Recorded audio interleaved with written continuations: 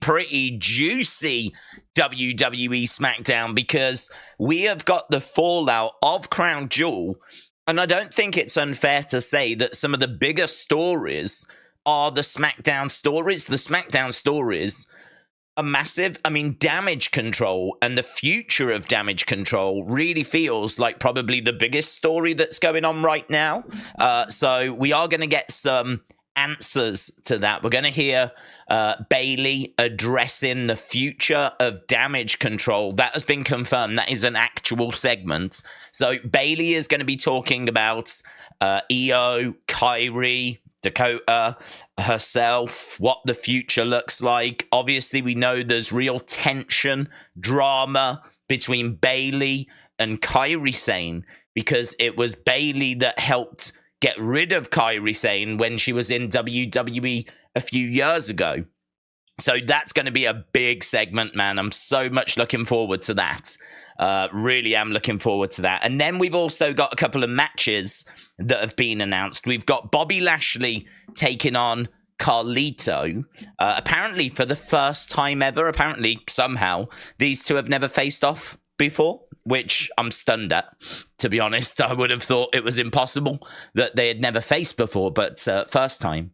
We've also got LA Knight taking on Grayson Waller, and WWE have just announced that Kevin Owens is going to be on commentary as well. So there's a little video of Kevin Owens talking to the GM Nick Aldis, and basically saying that he doesn't have a match tonight. Is it possible for him to go on to commentary? Nick Aldis says it is, but you will be suspended if you put your hands on anybody, because I can't have that, right? Obviously, we need a replacement for Corey Graves, because Corey Graves and Carmella had a baby. That was yesterday or the day before, a couple of days ago now.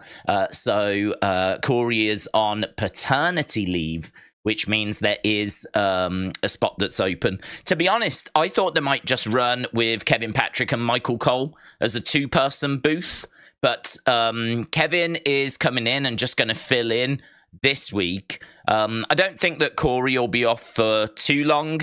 Corey should be back relatively soon, probably a couple of weeks or something like that. And so he should be back relatively soon. So maybe Kevin Owens this week, maybe Kevin again next week, or maybe we try someone different next week, which could be a lot of fun, like putting a few different wrestlers that don't have any matches scheduled onto commentary. Could be quite entertaining, but yeah, Corey, that's why he's not around. So we've got that happening as well. So, and obviously we need to know what's next for Roman. We need to know what's next for Logan. We need to know what's next for the LWO. There is a thought that there could be some drama within the LWO, because when Santos Escobar came down at Crown Jewel to kind of chase away this mystery person, I don't know who it was, whoever had the brass knucks, whoever handed the brass knucks to Logan, I don't know who that person is, but Santos chased him away. But the problem is, when he did chase him away, he grabbed the brass knucks, he put them on the edge of the ring, right? Simple error, if you will. Not planned, I don't believe, right? Not a strategy or anything, but he did leave them there, which made it very easy for Logan to then grab those brass knucks and use the brass knucks. So he got rid of the person, but he didn't get rid of the problem altogether.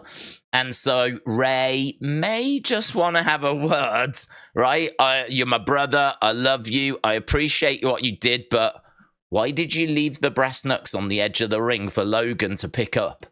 Is, I think, a very reasonable question, and one that could be asked, and one that could just plant some seeds of dissension. We know that Legado, they don't feel very happy with the arrangement at the moment. They keep coming up on the short end of the deal here in the LWO. They're the ones that keep taking the L's.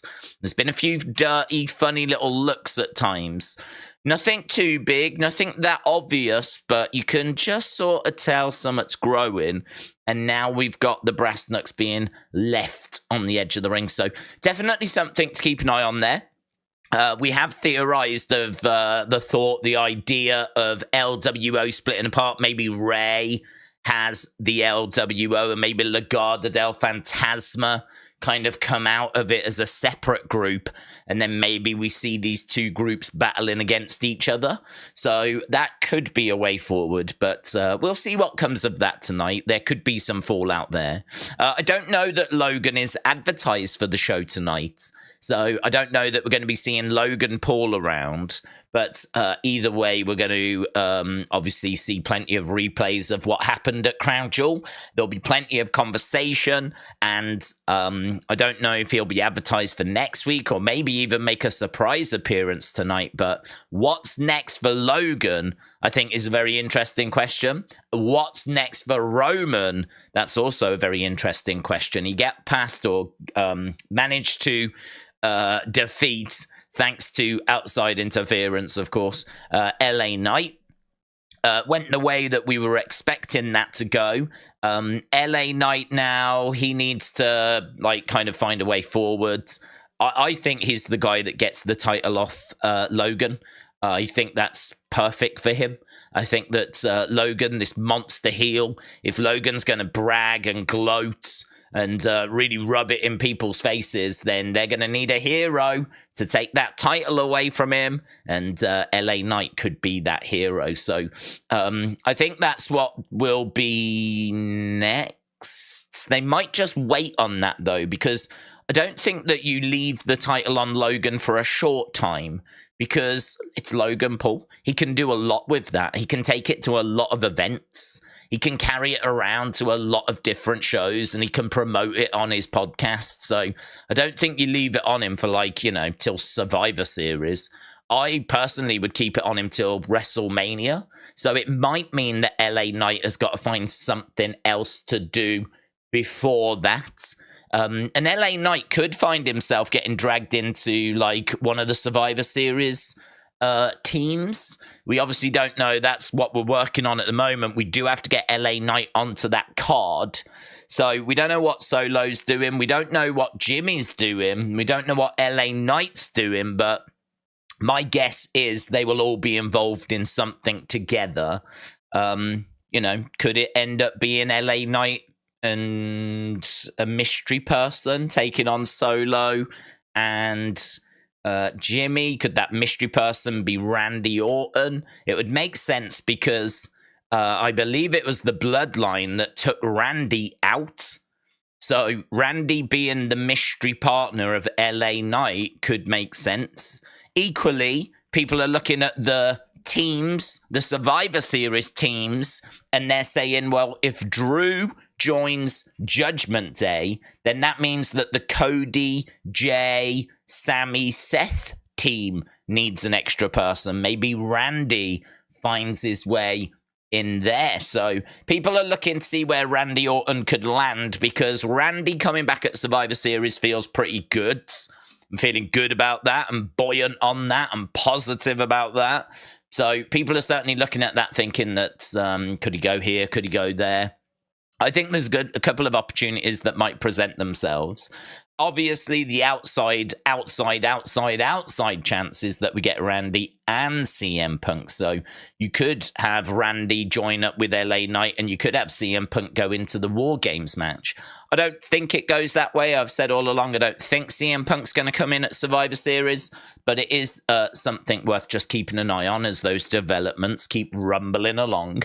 So yeah, there's just so much conversation around tonight's show. It's only a 2-hour show. It's a 2-hour show, and it just feels like there's so much happening on SmackDown. SmackDown just seems to be the shorter show, but it's also the show where there just seems to be so much that's going on. I mean, the women's title picture is amazing because of Damage Control, Kyrie, Bayley, the drama there. That's awesome. Roman in a historic title reign is, carrying the company. So, obviously Roman, if we're going to talk about the top title in the company, amazing, right? I know people are saying it's getting boring, stuff like that, but, 3 years, plus now, it's been amazing. This is historic. We will look back on this as an incredible title run. It's certainly one of the best title runs I've ever seen in my life. right? I mean, it is super significant. So we can't be down on that. And then you've got Logan, who now is going to hopefully carry this US title for a while, brag about it, really rub it in. And then, as we said, LA Knight hopefully could get it from him. So, I mean, the titles are kicking off. You've got some good other little stories like Bobby and the Street Profits and that whole situation and the LWO situation. And it's all within 2 hours, not 3 hours, 2 hours. It's all within a smaller package. So SmackDown for me at the moment, as of this week, officially is cooking. We are cooking. I am genuine. This was the show this week I was most excited for. This was the show this week following Crown Jewel that I just could not wait for us to get to. I really want to know what's next with Damage Control. That is the number one story for me in WWE right now. Kairi Sane coming back was amazing, the way they did it. I thought she would go after Io, and then we would get like Kairi and Asuka taking on Damage Control. I didn't factor in that she might join up with Io, and that this then might cause a split within Damage Control. So they've gone down a path that I wasn't expecting, and it's brilliant, and it's very creative, and it opens up a whole world of opportunity, and I just can't wait to see where the story goes. This, to me, feels a bit like Bloodline in the sense of you always want to see what's next. What's next in that Bloodline story? What are they going to do next? What's next for Sammy? What's he going to do? Oh, and I'm like that now with Damage Control. Like, what's next for Damage Control? What are they going to do about this situation? So, as I said, very exciting. I'm really looking forward to it, and I hope that excitement is out in the community as well. Let me share the link. There is a link to this stream on Twitter. I'm just going to share it onto the Twitter account. Randy Orton is trending. Let's have a little look at this. The world will stop when Randy is revealed as the 5th member of the babyface team for War Games. I am ready. Forget CM Punk. I want Randy Orton. I don't think it's really about anything in particular other than people just speculating that if Drew gets added to the Judgment Day side, then Randy being added to the other side makes the most sense. Yeah, okay. That's where the conversation is at the moment then. That's what people are talking about, and that's why Randy is trending. Right, let's get to the chats. Miss Clown said they should be called Damage Freedom, not Damage Control. That's true. Damage Control's never made any sense, has it? We've said before, if you try and do a bit of damage control, you are trying to limit damage. That's what damage control means, isn't it? We've got a bad situation. Right, we need to do some damage control here. How are we going to control this damage? How are we going to make sure this doesn't get any worse? That's not what damage control are all about. They're about damage and control. So it's like someone went, we've got a group and they want to damage people and they want to damage WWE, but they also want to control WWE. Should we call them damage control? And they haven't quite thought what damage control actually means. So, yeah, I agree. The name from the start has been a bit weird, but it's one of those that once you're like, you just kind of accept it and move on with your life. Steven said, good evening. My Christmas decks are all up now. It wasn't my idea. It was Kerry's. At least I don't have to worry for 2 months. I am looking forward to the Grayson Waller effect tonight. I think getting Christmas decorations out early is fine. For me, November's fine. I might not have felt that way 10 years ago. But now, as soon as you hit November 1st, the Christmas ads are on TV. So the kind of, the supermarket Christmas ads, the grocery, I don't know if you have them in America. I'm guessing you do. I mean, I'm guessing you have Christmas adverts. Of course you would. But for specific shops, so over here, our big supermarkets where we get all our groceries, we've got Tesco's, we've got Asda, we've got obviously Lidl and Aldi. We've got Sainsbury's, we've got Morrison's, we've got quite a few different places that you can go to get groceries, and they're all just dotted all over the country. Each one's got like hundreds of branches, and they're all over the place. I mean, we've got loads of them, right? You can't drive for very long without seeing an Asda or a Tesco or a Morrison's or a Sainsbury's, right? They're absolutely everywhere. And each one puts out a Christmas advert at this time of year. And so Michael Bublé is on Asda's this year. Michael Bublé, the singer, is I saw him on TV. He was doing something for Asda. And so he's part of the Asda commercial. But the big one that everyone looks forward to is John Lewis. Now, John Lewis is like a department store. I don't know, Macy's? I suppose that is the kind of thing. Macy's, one of those shops where you can get like clothes and perfumes and, you know, stuff for the home and all that kind of stuff, right? They don't really do groceries there, but they do, you know, a department store, right? So John Lewis is probably one of the biggest ones we've got that's all over the country. And so theirs, for some reason, is the one everyone waits for. It's normally the best one. It's normally the best. It's normally gets you in the, you know, in the feels.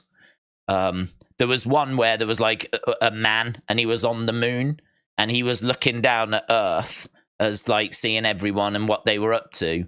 And there was a girl that was looking up at the moon and she spotted him. She spotted the man on the moon and she felt sorry for him because he was all by himself. So she went to the shops, bought a gift, I think wrapped some balloons on it and sent it up to him. And he got like a gift for Christmas. And he was just up there on his own, and you know he was chuffed. He was chuffed, and it's one of those you go, So those kind of adverts, they drop like November 1st. I don't think the John Lewis one has dropped yet. Actually, I haven't seen that one yet. But there's Amazon have got their Christmas advert out. It's a load of old ladies going sledging down a hill. So you got all these old ladies. This other lady gives them a gift, a box, and when they open it, it's a load of cushions. And they're confused, like, why have we got cushions? And they put them in sledges, and they go sledging down a hill. And it shows you footage of them as when they were young, sledging, like, you know, back in the 60s or whatever. And so they're, like, having a great time as they're young. And then it cuts to now where they're having, like, a great time being old. And it's an advert for Amazon, the gift, you know, of giving. So there's some good ones. I mean, they're better than I'm probably making them sound. But yeah, these are the kind of adverts we've got on our TVs at the moment.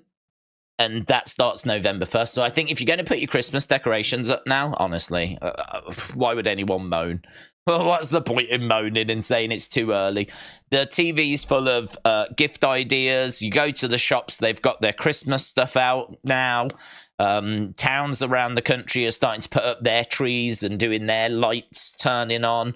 Birmingham has got its Christmas German market. We always have a Christmas German market. So there are all these like wooden huts that sell like, you know, hot dogs and loads of chocolates and wooden homemade little objects and little bits and bobs, and there's just stall after stall after stall after stall. It's called the German Christmas, and obviously there's like big beers that you can get there as well.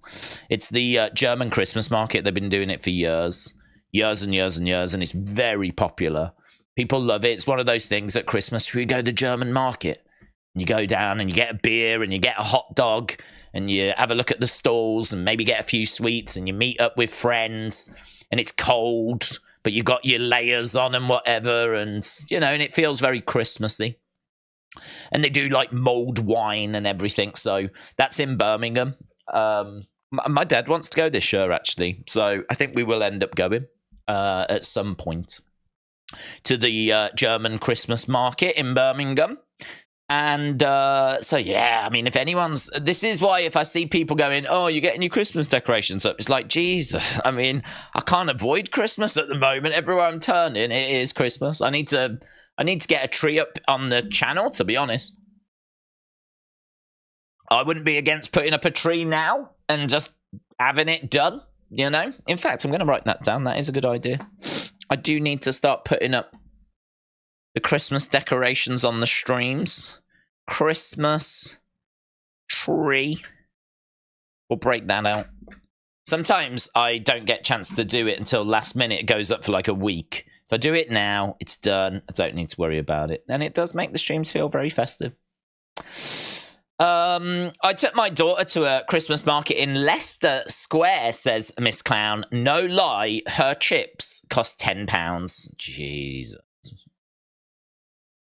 That's London for you, though, innit, bud? That's London. I thought when I met up with Miss Clown, we had a drink. I thought the prices there were really reasonable. I thought they were quite good. All things considering it was centre London, you know. Those that you can go to some places that really do like cost an absolute bomb. Places that are like £8 a pint type stuff, you know. I mean, just unfathomable prices.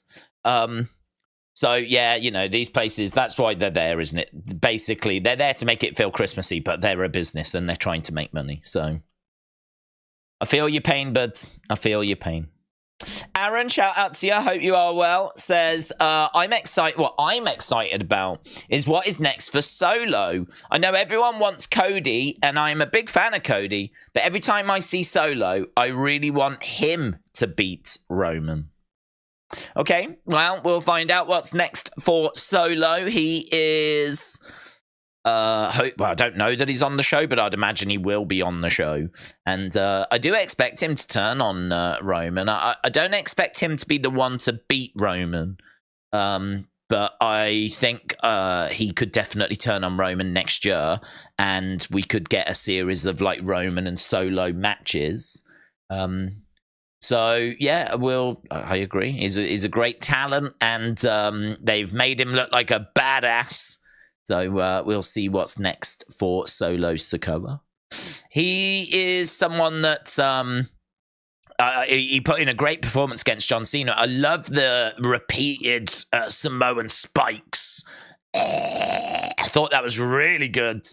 And, great work from John Cena to kind of really put across how deadly Solo was, you know, and really like sell it so well. I mean, Cena sent out a tweet which said, I think the end, you know, at the end of the cartoons, the end. He put a tweet out like that and people were speculating what that meant. It might mean that's it. He's done. He's gone for this run because I think the strike is over now. And he could come here and say thanks, goodbye, and all of that. But to be honest, if he just went now, that wouldn't be the worst if he was to just go back to Hollywood now. And that be the last thing. Because we know that he is disappointed. We know that Cena wanted to get a win and he hasn't got a singles win since like 2018. So we know there's a story there that Cena needs to go and get this, needs to come back and try and get this win. And I'm sure he will get that win. I'm sure they will give him one more win in his career, at least, in a singles match. But for him to be so disappointed and so dominated by Solo Sikoa, I think for him to go off back to Hollywood now, it's fine. I don't need him to come out and say, I'm sorry, I failed, but thanks for everything, goodbye. I don't personally need that. I think he has done everything he needed to do by making Solo look like an absolute monster. We talk a lot, you know, about giving back to the industry. And I always sense there's a lot of people that don't agree with when I talk about you lose your last match and that being a tradition and something that I like to see because it's a way of giving back. What Cena did with Solo is the perfect way that I think that you should go out. I think that short of him having that moment in the ring where he waves to the fans and the fans crying knowing that it's his last match, right? If you built it up as like this could be the last time retirement match kind of a situation and people knew this was it, right? Then short of him getting that moment after losing to Solo and being destroyed at the end with the Samoan spikes, short of him getting that moment with the fans and the fans being like right there with him, I would say it's the perfect way for him to go out. I don't need him to come out and apologize, because to me, he ain't got nothing to apologize for. To me, he did his job. He paid his respects. He is given back to this industry. I got a lot of respect for him. I really, really do. I really have got so much respect for him, because he was Super Cena, and there was a lot of people that were against him. But this later part of his career, he has been giving back. I mean, he gave back to Theory at WrestleMania. He gave back to Solo in this match. He gave back to Bray, we think. I don't know what that was. The Firefly Funhouse match at WrestleMania. I don't know if that counts as a loss, but he certainly didn't come out of it feeling like John Cena had won whatever that was.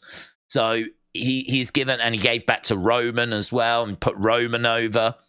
So he's given back, and he's done it over a period of a good few years as well. I know he's only part-time, but man, so much respect, because beating John Cena, it does mean something. It'll get to the point where maybe it doesn't if he continues losing. This is why we've got to be quite careful at not constantly battering him. But him having a bad couple of years is fine.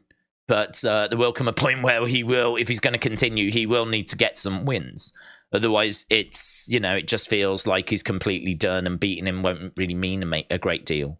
But I thought that Solo's victory was really good, really well done. And if that's it for Cena in this run, then fine, so be it. Thank you, John Cena. You did a great job. Killed it. Ledge. You're a ledge. That's what you are, John. E. Wilkie, shout out to you, bud, says, got to do this again. If you're excited for SmackDown, give me a hell yeah. Give E. Wilkie a hell yeah if you're excited for SmackDown. I mean, I am. I'm pumped, man. I am properly looking forward to the damage control segments, and I'm also looking forward to seeing what's next with the Logan LWO stuff. I don't know that we get John tonight. I don't know that we get Logan, and I don't know that we get Roman. That's the only things, or they're the only things that just make me a bit, because I don't know that 3 of the biggest names on this show are going to be on the show. So that's the only thing that just makes me a little not sure. But if we, even if we don't, there's enough there to get excited about. Thomas Morehouse said, what do you think of Man U against Copenhagen? I didn't watch it, but I just saw the score. So, I mean, the thing with United at the moment is that they're going through a real bad run. We don't have any leaders that can step up. There's no one on the field that seems capable of turning this around. I certainly don't think getting rid of Ten Hag is the right way forwards. I think the problems are... I would question what we're doing on the training pitch, though. I mean, I would question what's going on with, if you've got a game plan and you've got time to, sit your team down and go through the strategy and go through the game plan. But to be perfectly truthful, it might just be a lot of these players are not capable of executing what Ten Hag wants to execute. He's had a lot of injuries. We don't have a left back at the moment. We have got a lot of players that have yet to get settled into the team. You don't tend to see players kind of hitting the ground running. If you've got a settled team that's working of 9, 10 players and you change one piece, it's a lot easier for that person to get settled into the team, right? If you just change that one piece, when you're changing 4, 5 players, that's half your team. You're not adding them to a... My thoughts are, I'm not interested in individual results. I'm looking at it as a bigger picture thing. And the bigger picture thing is that the Copenhagen results and all the other results will fall into place once you get that team settled. And, part of that problem is we've got too many injuries. We've got players that can't execute what Ten Hag wants to execute. And it is a real mess. And I don't know that the solution is going out and buying new players. I don't know that that's the fix for it. I think the fix is trying to get the core of your team settled, I mean, who was our two centre backs? We haven't really got a settled centre backs. Who, like the two in midfields, Casemiro, Amrabat. We keep putting Ericsson there. Sometimes we put McTominay in there. Like we keep changing that around as well. Like we don't have a core of the team. So I'm not interested in individual results. They're irrelevant. Just like whoever we're playing this weekend, I'm not interested. I'll check the result, but until you actually get the team settled, you're going to keep getting bad results. It's just going to keep happening. So he's got to try and find a way of getting that sorted. Kian said, Days, I hope you are well and having a great stream. How is your day? Did you get my message on Twitter the other day about CM Punk? And what are your thoughts on AEW on Wednesday? Messaging me on Twitter is not great. You can do it. But I don't spend any time on Twitter. I haven't really this year, to be honest. I go on, I post a couple of things, links mainly, and just have a look, see if there's any bits of news I need to see, and then I'm out of there. So the days of me like spending ages on Twitter are done. They're gone. It's just not productive for me. And I just see too many stupid comments. You know, it should be illegal for certain people to speak their minds because what they're thinking is really stupid. So I'm done with Twitter. In regards to... So, no, I can't say that I did, to be honest. In regards to Wednesday's AEW, I thought it was one of the best shows of Dynamite I've seen in months and months and months and months and months. I thought it was much, much better. I thought the in-ring action was... good. I didn't think it was great, but I thought it was good.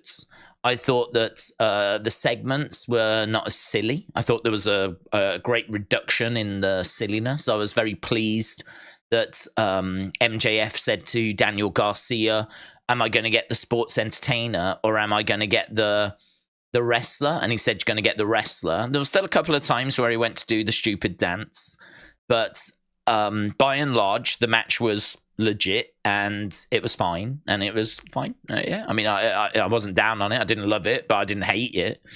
And then, you know, it kind of went that way throughout the rest of the show as well, where it just felt pretty solid. I wasn't a fan of the ending. I didn't like seeing MJF come down and beat up 3 members of the Bang Bang Gang on his own. I thought that looked silly. And then the backstage attack by the masked people, you know, before, I think, didn't they all wear the devil's masks? And now they're not wearing devil's masks. Now it's just the one person that's wearing a devil's mask.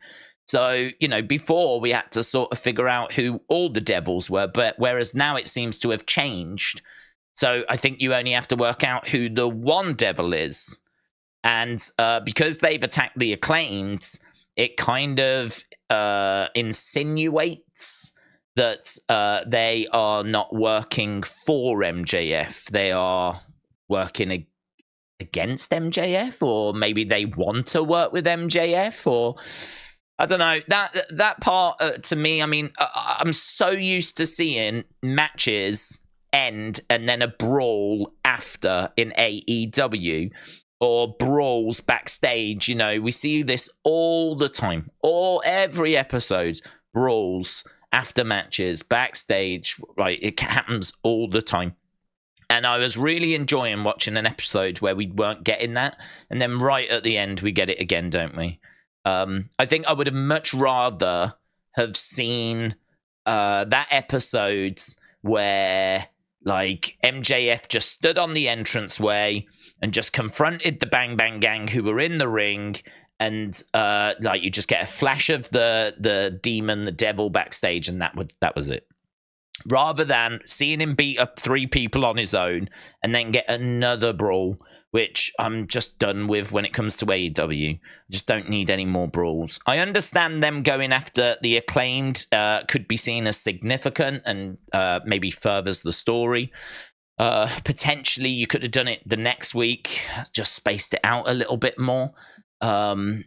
But I was really enjoying like not having brawls on the show. So it's not a big problem. It's not a massive down. It's just if I was to do ups and downs, I would give it a down because I just think that that is something that gets overdone. Just like how Tony Khan does his huge announcements. I think brawls after matches, you know, they call it what, the afterbirth, right? Brawls after matches or brawls backstage is something that gets way overdone in AEW. And I was really enjoying not having it this week. And then they dropped one right at the end.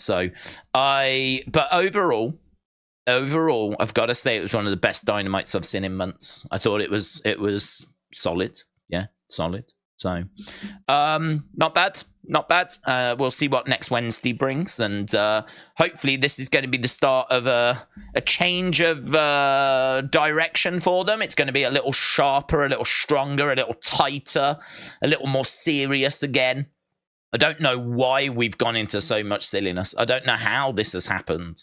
You know, this was the company that was meant to be sports-based presentation, sports-based wrestling.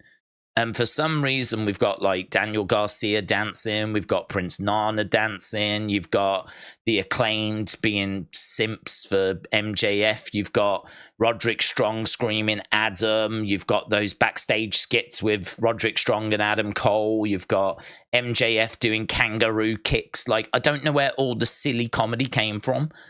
Tony Storm doing her thing as well, which you got to say is pretty outlandish and pretty silly, but I don't mind her doing it if she was the exception. If she was, I really liked the character. So if she was the only one that was doing something a bit silly, a bit quirky, I'd be totally down for it. And I am totally down for it, but there's just so much silliness that's crept into the show, and I don't know why or how or even if this is what AEW fans are looking for, to be honest. I don't know. It's really ironic, isn't it, that they make fun of sports entertainment, and yet the show is just dripping in it. It's dripping in like silly comedy stuff, silly sports entertainment stuff. So I don't know. I don't know why that has happened, but it felt like that got a bit stripped back this week. It felt like it had been just turned down a couple of levels, and I think it was a much better show for it. So that's my thoughts on AEW. Adam said Women's War Games match is going to be announced by SmackDown GM Nick Aldis for Survivor Series either tonight or next week, says Adam. Wrestle Andy said, I've sent you a photo of the infamous WCW Goldberg Christmas ornament to use for a stream. You've sent me a photo of... What the... I've never seen this before. Is that like a legit, actual... Is this dodgy? I can't tell if it's dodgy or not. I don't even know if I can show it, but... I'm gonna show it. I'm trying to see. Can I show it? I don't know if I can show it.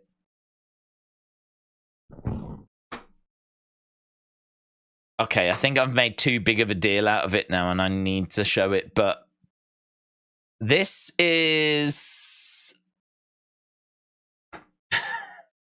I really don't know. I don't know. I genuinely don't know.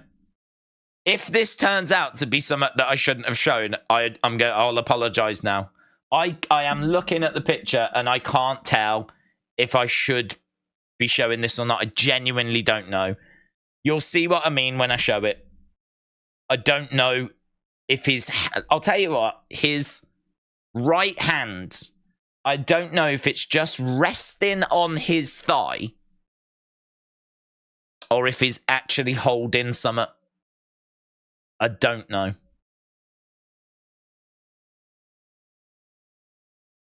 Right. This is I can't tell. I think that I think that's just his body in the background, but that is not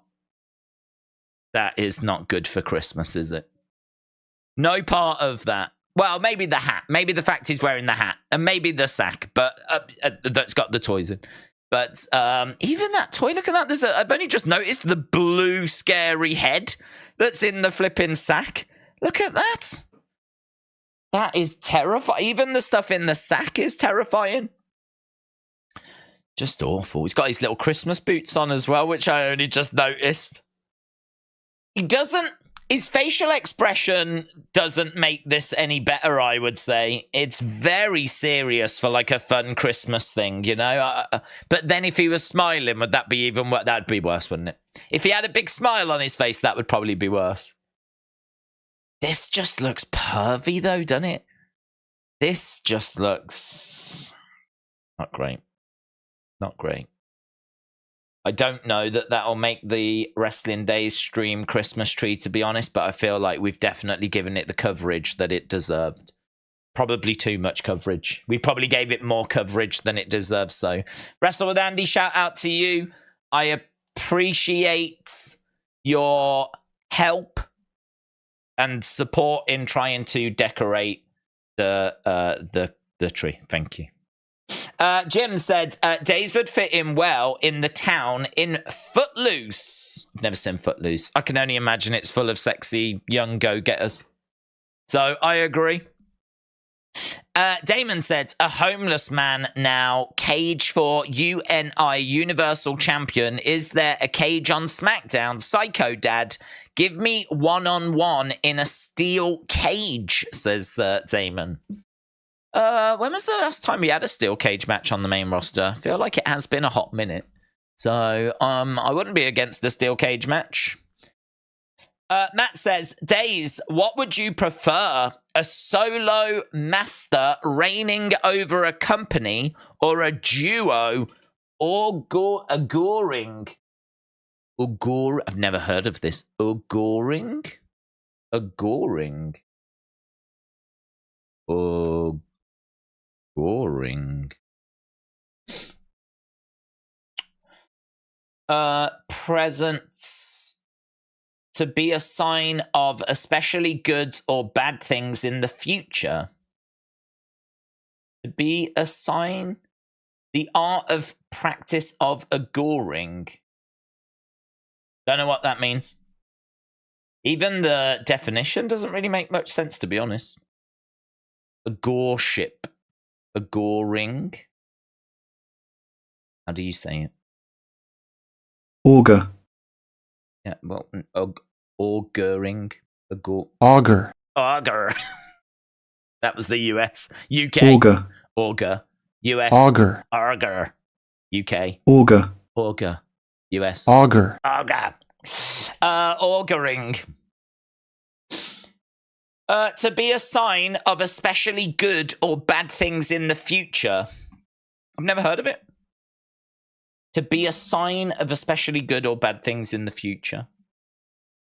So, would you rather a solo person reigning over the company or a duo that's auguring out the best shows? What's that? Bringing out the best show? Sometimes creative heads do need to push back. I don't know, to be honest, bud, because I don't quite get the question. So, are you asking me would I rather a solo person or a duo, like bringing out the best show? I mean, I don't. It doesn't matter, does it? As long as it's the best show, then it doesn't matter. I mean, you could have a tag team that are absolutely killing it, and you could do some real fun stuff with the tag team.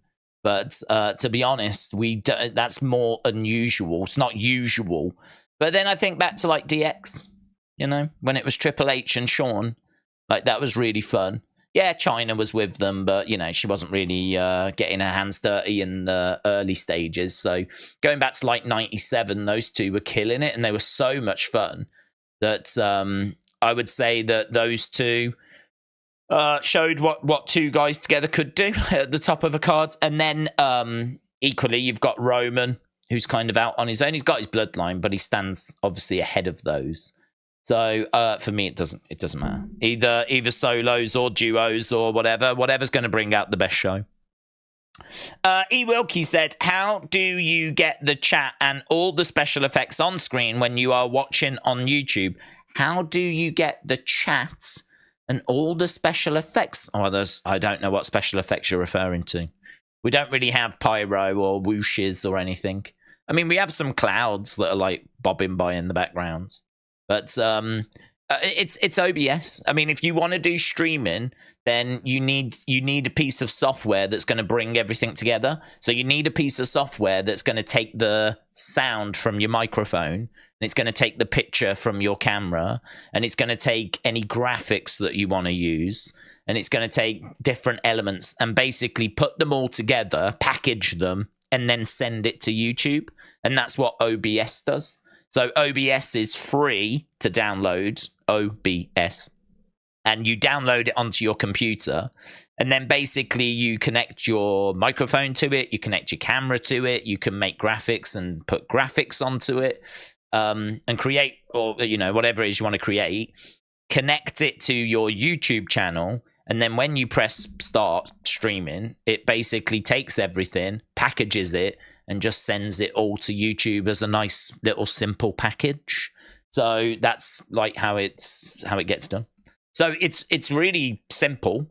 It can be difficult to set up, but there's so many videos, man. I mean, so if you just put OBS for beginners into YouTube, there's like walkthrough guides that tell you how to do absolutely everything. Set up the camera, set up the microphone, get graphics, all that kind of stuff. So, but that's your starting point. Download OBS and then just put everything into that. And then you'll be able to set up a stream as you want, and then it'll get sent over to YouTube. Simple. Simples. Mick, check. Shout out to you, bud. Said Smackdown is gonna be exciting. Smackdown's gonna be good, man. Yep. We've already been live for about 50 minutes, and I think we've done a pretty good job of raving about it because it is going to be eventful. If you are just joining us, the 4 things that have been announced. We know that Kevin Owens is going to be on commentary as a replacement to Corey Graves. We know that LA Knight is taking on Grayson Waller. We know that Bobby Lashley is going to be taking on Carlito. And we know that Bayley is going to address the future of Damage Control. That's going to be sick, man. Bayley addressing the future of Damage Control. That is going to be sick. That's the segment I'm most looking forward to. Ismail said, who do you like from these 3? Miss Kennedy, MVP, Carlito. That's a good selection, actually, because they're all, to me, dull mid-carders. None of those really move my dial. I think Carlito was probably the most entertaining, but it was only for a relatively short time. I think the nostalgia of Carlito vastly outweighs the reality of Carlito. He doesn't do much for me at all. It was lovely to see him at like the Rumble, but him coming back full time doesn't do nothing for me. MVP was someone that I was not impressed with when he was having his career, right? He didn't do anything for me when he was around during his actual wrestling career. And I felt the same about Mr. Kennedy. I think they tried quite a few different things with Mr. Kennedy. And none of them landed with me. So all of them, I feel like the most colourful, the most exciting, the one that if I had to go back and watch his matches back in the day, I would select Carlito. If we're talking about one that is gonna, do the best job now, don't know about Kennedy, to be honest, but I'd have to pick MVP because of his managerial work. He can talk. I don't think he's an amazing talker. I don't think he commands the audience the way that Paul Heyman commands the audience, but he's clear and he can get his message across. And if you've got certain superstars that really are going to struggle to do that, like Omos, then he's better to have around than not have around. But I think there's probably quite a few people that could do as good a job, if not better, than what MVP can do. So if I had to go back to watch someone in their prime, I would select Carlito. If I had to pick one to watch now, I would probably select MVP just because of his ability to talk is fine. It's fine. It's not amazing, but it'll do a job, Like if you was to put him with Von Wagner, He could do a job. You put him with Omos, he does a job. I don't think it's a great job. It's not Paul Heyman. It's not MJF. You know, he ain't someone that's killing it on the microphone. He's not Christian. But he can certainly deliver the lines that need to be delivered. And he can certainly make a few points. But I never listened to MVP and come away going, oh, wow, that was amazing. That was, oh, God, he killed it there. I never come away feeling that. So I think that that's a good list, that is, because I'd actually say a lot of them are kind of around that same area. Matthew, shout out to you, bud, said, with Roman not being around, now is a perfect time to push other stars waiting for their chance. Karrion Kross has got potential, but who does he face? Well, it's interesting you should say that, because Karrion was meant to have a segment, was it last week? And it ended up getting dropped because I don't know the reason why. Something to do with Karrion Kross. There was a Karrion Kross bit of news. Why is this automatically going to Yahoo? I don't want that. I hate it when that happens. When it, like, I don't know, you accept some sort of cookie or something, and then all of a sudden your flipping search engine changes. I hate that. Let's delete. How do I delete? Delete. Delete. Go. Karrion Kross.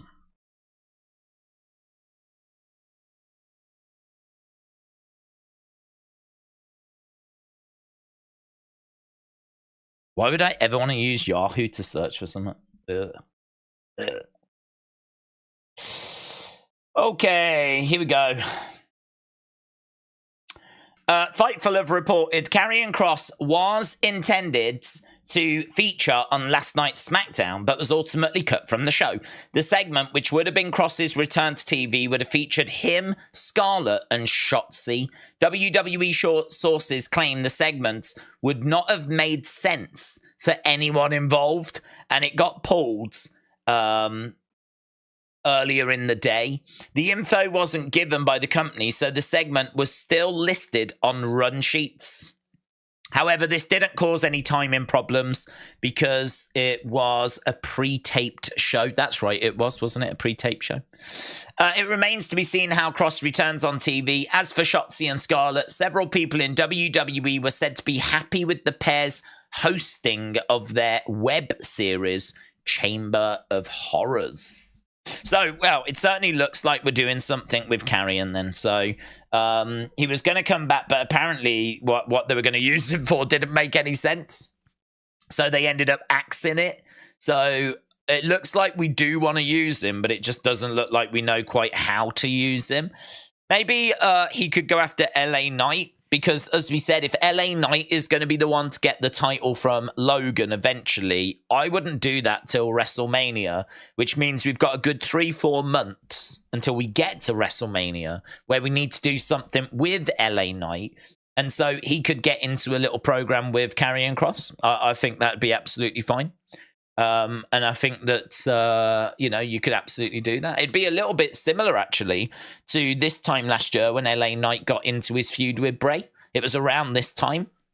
So he feuded with Bray and we built towards the Pitch Black match at the Royal Rumble. So we could do that with Karrion. He could feud with Karrion, build towards a match at the Rumble against Karrion. As soon as he's done with that, turn his attention to LA Knight, turn his attention to Logan Paul.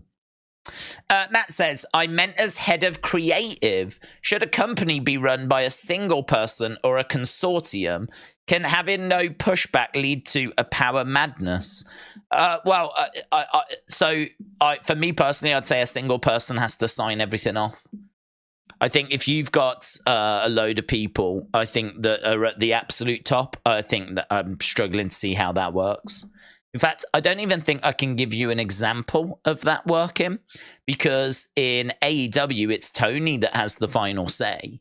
In WWE, it's Vince that has the final say. And then at the moment, creative-wise, Triple H is obviously overseeing that now. He gets the final say. I'm trying to think, like, even in the territories or WCW, there was a booking committee, but there was always a head booker. There was always someone that got the final say. So you can certainly have a load of people involved because you need a lot of ideas and there's a lot of different storylines that need to be worked on.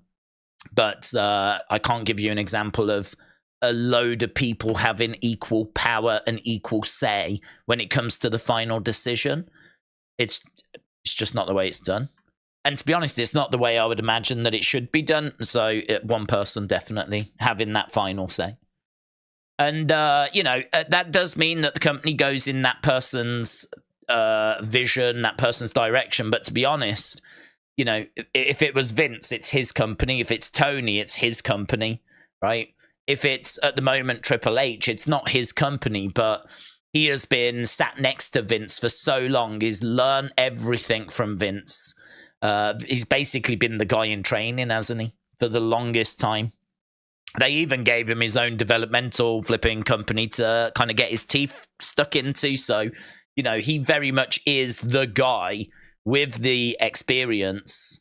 Lifelong wrestling fan. He's been one of the boys. He comes from a very interesting perspective, actually, because Tony was never one of the boys. And Vince was never one of the boys. I know he did become Mr. McMahon, but to be honest, Vince was booking the show since he took over in the 80s, and he didn't become Mr. McMahon until the late 90s. So there's a whole period of him booking there where he was not one of the boys. So, it's a very interesting perspective that Triple H brings, because he has been on both sides of it now. So I no doubt whatsoever, it's definitely a single person at the top getting that final say. Someone's got to have the final say. Otherwise, how would you ever resolve a stalemate? If you've got loads of people that are pulling in different directions, I just can't see that working long term. Probably why that's not how it gets done. It's probably why it is just one person that does the booking.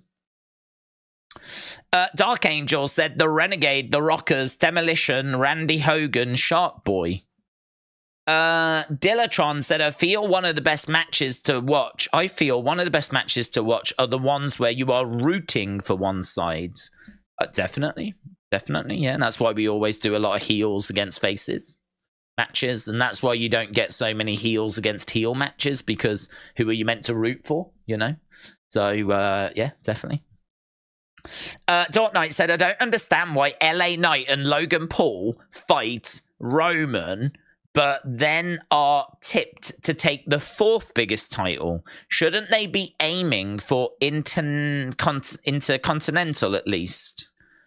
What are we talking about? I don't think there's much difference between Intercontinental and the US title. I think both of them are the mid-card titles for their shows. So Intercontinental's been around for a longer time in WWE, but the US, you can trace that back all the way to, I want to say, the 70s with Harley Race. And it's just that spent most of its time over in WCW. So it's, if you was watching WWE in the 90s, there wasn't a US title around. We had the Intercontinental. The US title kind of found its way over along with the Cruiserweight and the World Heavyweight when WCW went out of business. But, I mean, this belt's been around for a long time in WWE now already, So, for me, I don't see it as the fourth title. I see it as, joint third. Joint third, along with the Intercontinental. It's basically that step down from the world titles, isn't it? If you're not going to have Roman's belt or you're not going to have Seth's belt, then the next best belt to get is either the Intercontinental or the United States. It's one of those. And to be honest, the Intercontinental not that long ago didn't really feel like it was worth much when it was being passed around like Ricochet and whatever. It's only because Gunther's had it and had this historic reign, and we've had some banging IC matches, that it feels now like it is bigger than the United States title. The US title is there for someone to, inject some prestige into it. simply putting it onto Rey Mysterio isn't going to do it. You need banging United States title matches. The US title needs to really represent, like, you know, some banging matches. People need to get excited. When was the last time you got excited for a US title match? When was the last time you got excited for a US title match? I could not answer that question. I genuinely don't know. I know when I last got excited for an Intercontinental title match because Gunther's reign's been amazing. But I don't know when I last got excited for a US title match. But that's not the title's fault. It's the people that are carrying it. The fact that they are not doing a better job, basically. You know, they're not doing as good a job as Gunther. It's the truth, innit? They're not doing as good a job as Gunther. So, yeah, I mean, look, the world titles, they are big deals. They are mountaintops. You could make the argument that if you get Seth's, you haven't quite reached the top of the mountain. The top of the mountain is Roman's belt. But you're pretty close. You're that, like, next ledge down, right? You're at the top of the mountain, but just not the toppity top. You're not at the tippity top. Maybe there's a few rocks or something that just go a little higher. You could stand on those. That's when you've got Roman's belt. And I would say the Intercontinental in the US, they're just a bit further down the mountain. But listen, you're still a good way up the mountain if you're getting them titles. You know, you're still a good way up the mountain. I mean, you don't want to be at the bottom of the mountain where you're either not signed to WWE or you're not getting onto TV. That's when you're at the bottom of the mountain, you know. Look at Akira. Akira's, like, at the bottom. And he's taking a few steps up the mountain now that he's with Alpha Academy and he's getting onto TV and we're trying to make him legit. He's took some big steps up the mountain recently, Akira, but not that long ago, he was not even getting onto TV. So he was right near the bottom. So LA Knight being kind of where he is and Logan being where he is. I mean, think about that. LA Knight's pretty much at the same level as Logan. That's pretty good. Because Logan is someone that they're really heavily invested in. I mean, they're spending a lot of money on Logan. So for LA Knight to come in and for the fans to get behind LA Knight and get him to that level is really good. And I think he'll get Seth's belt eventually. And I think when he does, it'll be a big moment and it'll be like he's earned it, you know? Just like Sammy. Sammy will get it eventually, and when he does, it's going to be so sweet. I can't wait for that moment. So, I think we're doing all right, man. I think we're doing all right. Big Time said, great news. After 3 days of endless searching, we found my kitten. Oh, that is good. We were told that a woman was seen dumping my cat in a park an hour away, and she's currently in foster. We were told that a woman was seen dumping my cat. What? She had your cat, and she then let it out in the park. Why did she have it? Is it that the cat went round someone's house? She's currently in foster. Oh, well, either way, look, I don't quite get it, but it's great. It's great. Great, good news. I am someone that is a pet lover, and obviously we've got a dog, and I love it to bits. So hearing about other people going through pet drama is upsetting to me. So I'm glad that's been sorted.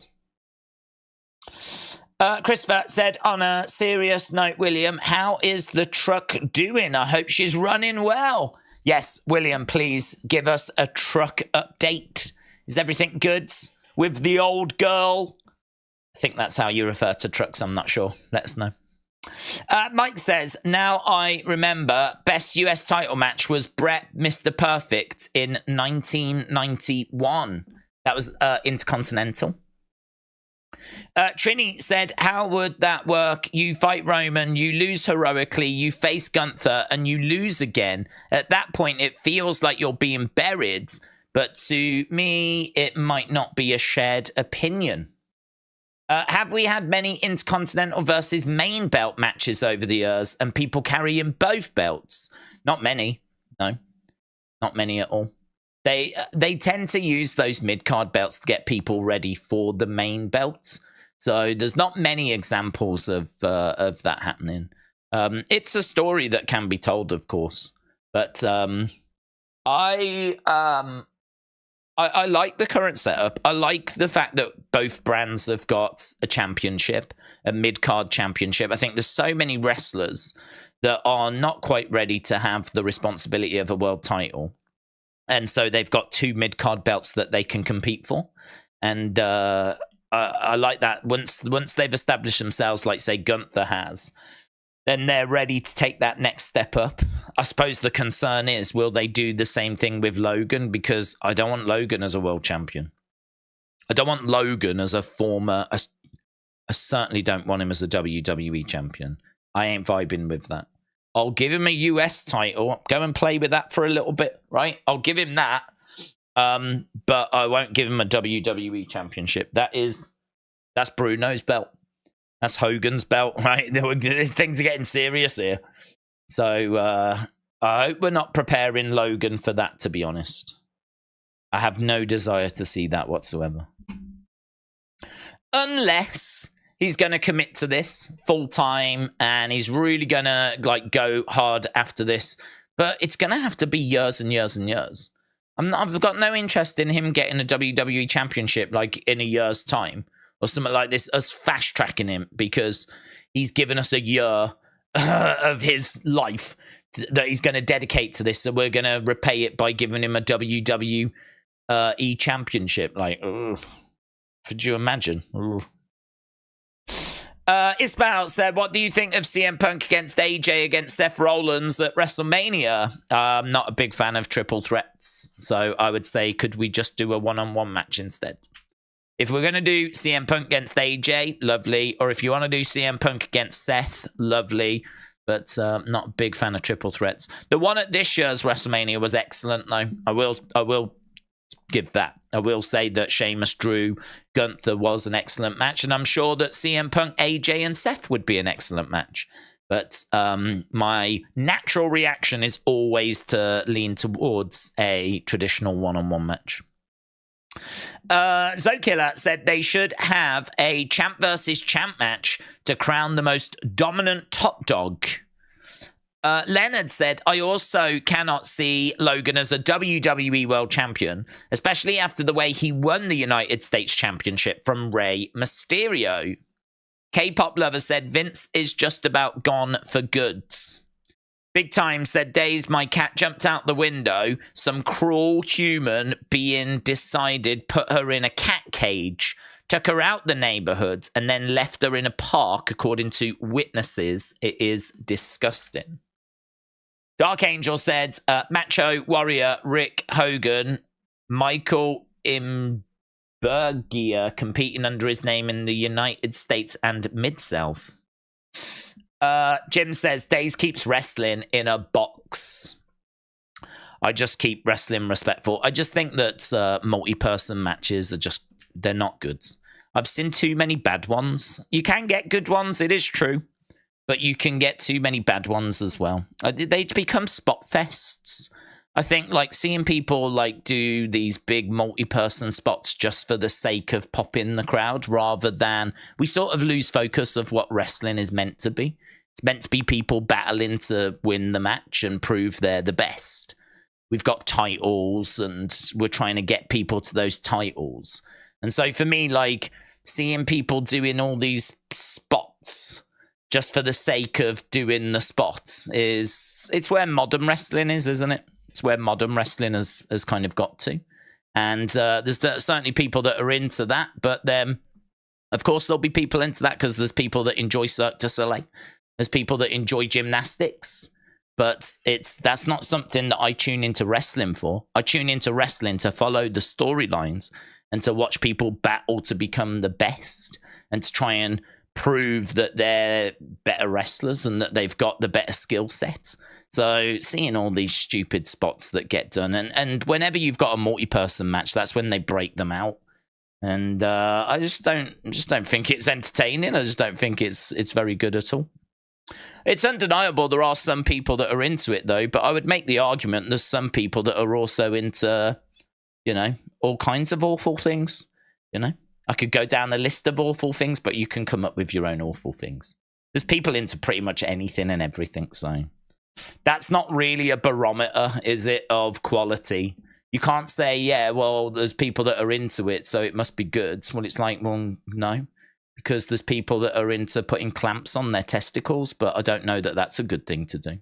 I don't do that, right? I'm sure there are people out there that love doing that, and I'm sure they get their kicks out of that. But I have no desire to watch that. And doing spots in a wrestling match, multi-person spots, is the exact same thing as putting clamps on your testicles. Thank you for attending my TED Talk. Snitsky is going to come back to Raw in 2023, and I am so shocked, says Ismail. Andre said, there's people into butt stuff. Is that good? We're asking some big questions now.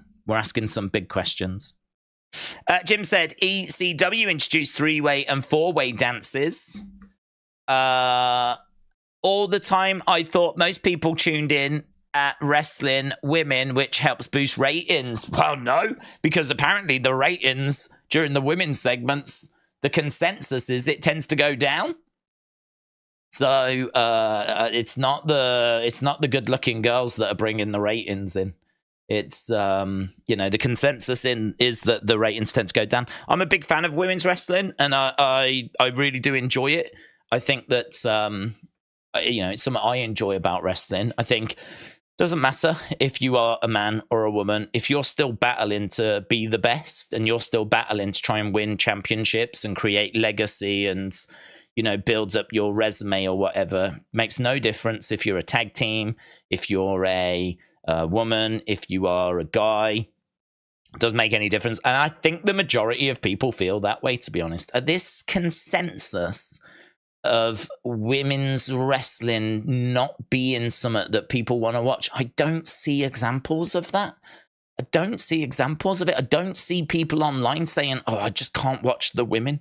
I don't like watching women hitting each other or something like this. I don't see that conversation. I feel like that's a conversation that might have been around in the 1950s or the 1960s. I think the consensus that women's wrestling leads to bad ratings is probably more to do with the fact that people are saying that the women just aren't as good as the men. I think it's probably more that than it is, oh, I don't like watching women hitting each other kind of a thing. I think we're past that now, right?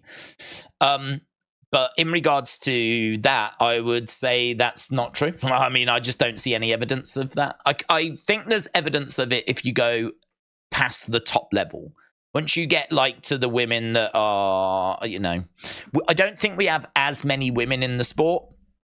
So that means that the women that do make it to TV, maybe not all of them are of the same standard, and maybe not all of them are quite good enough for TV, right? You're always going to get an Eva Marie that's going to make her way to TV because of her looks, right? And that kind of thing, I think, gives women's wrestling a bit of a bad reputation.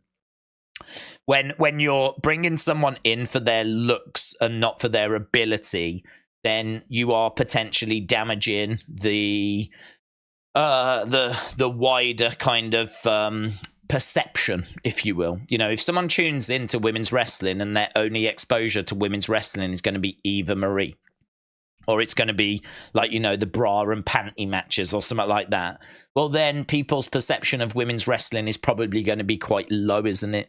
But if they were to tune in and watch Charlotte versus Rhea Ripley, which was an absolute banger, or if they're going to tune into Becky against Bianca, which again was an absolute banger, if they're going to tune into one of those kinds of matches, well, then I've got to think that their perception of women's wrestling would be greatly different. So maybe there's a little bit to blame of us not presenting women the right way consistently enough.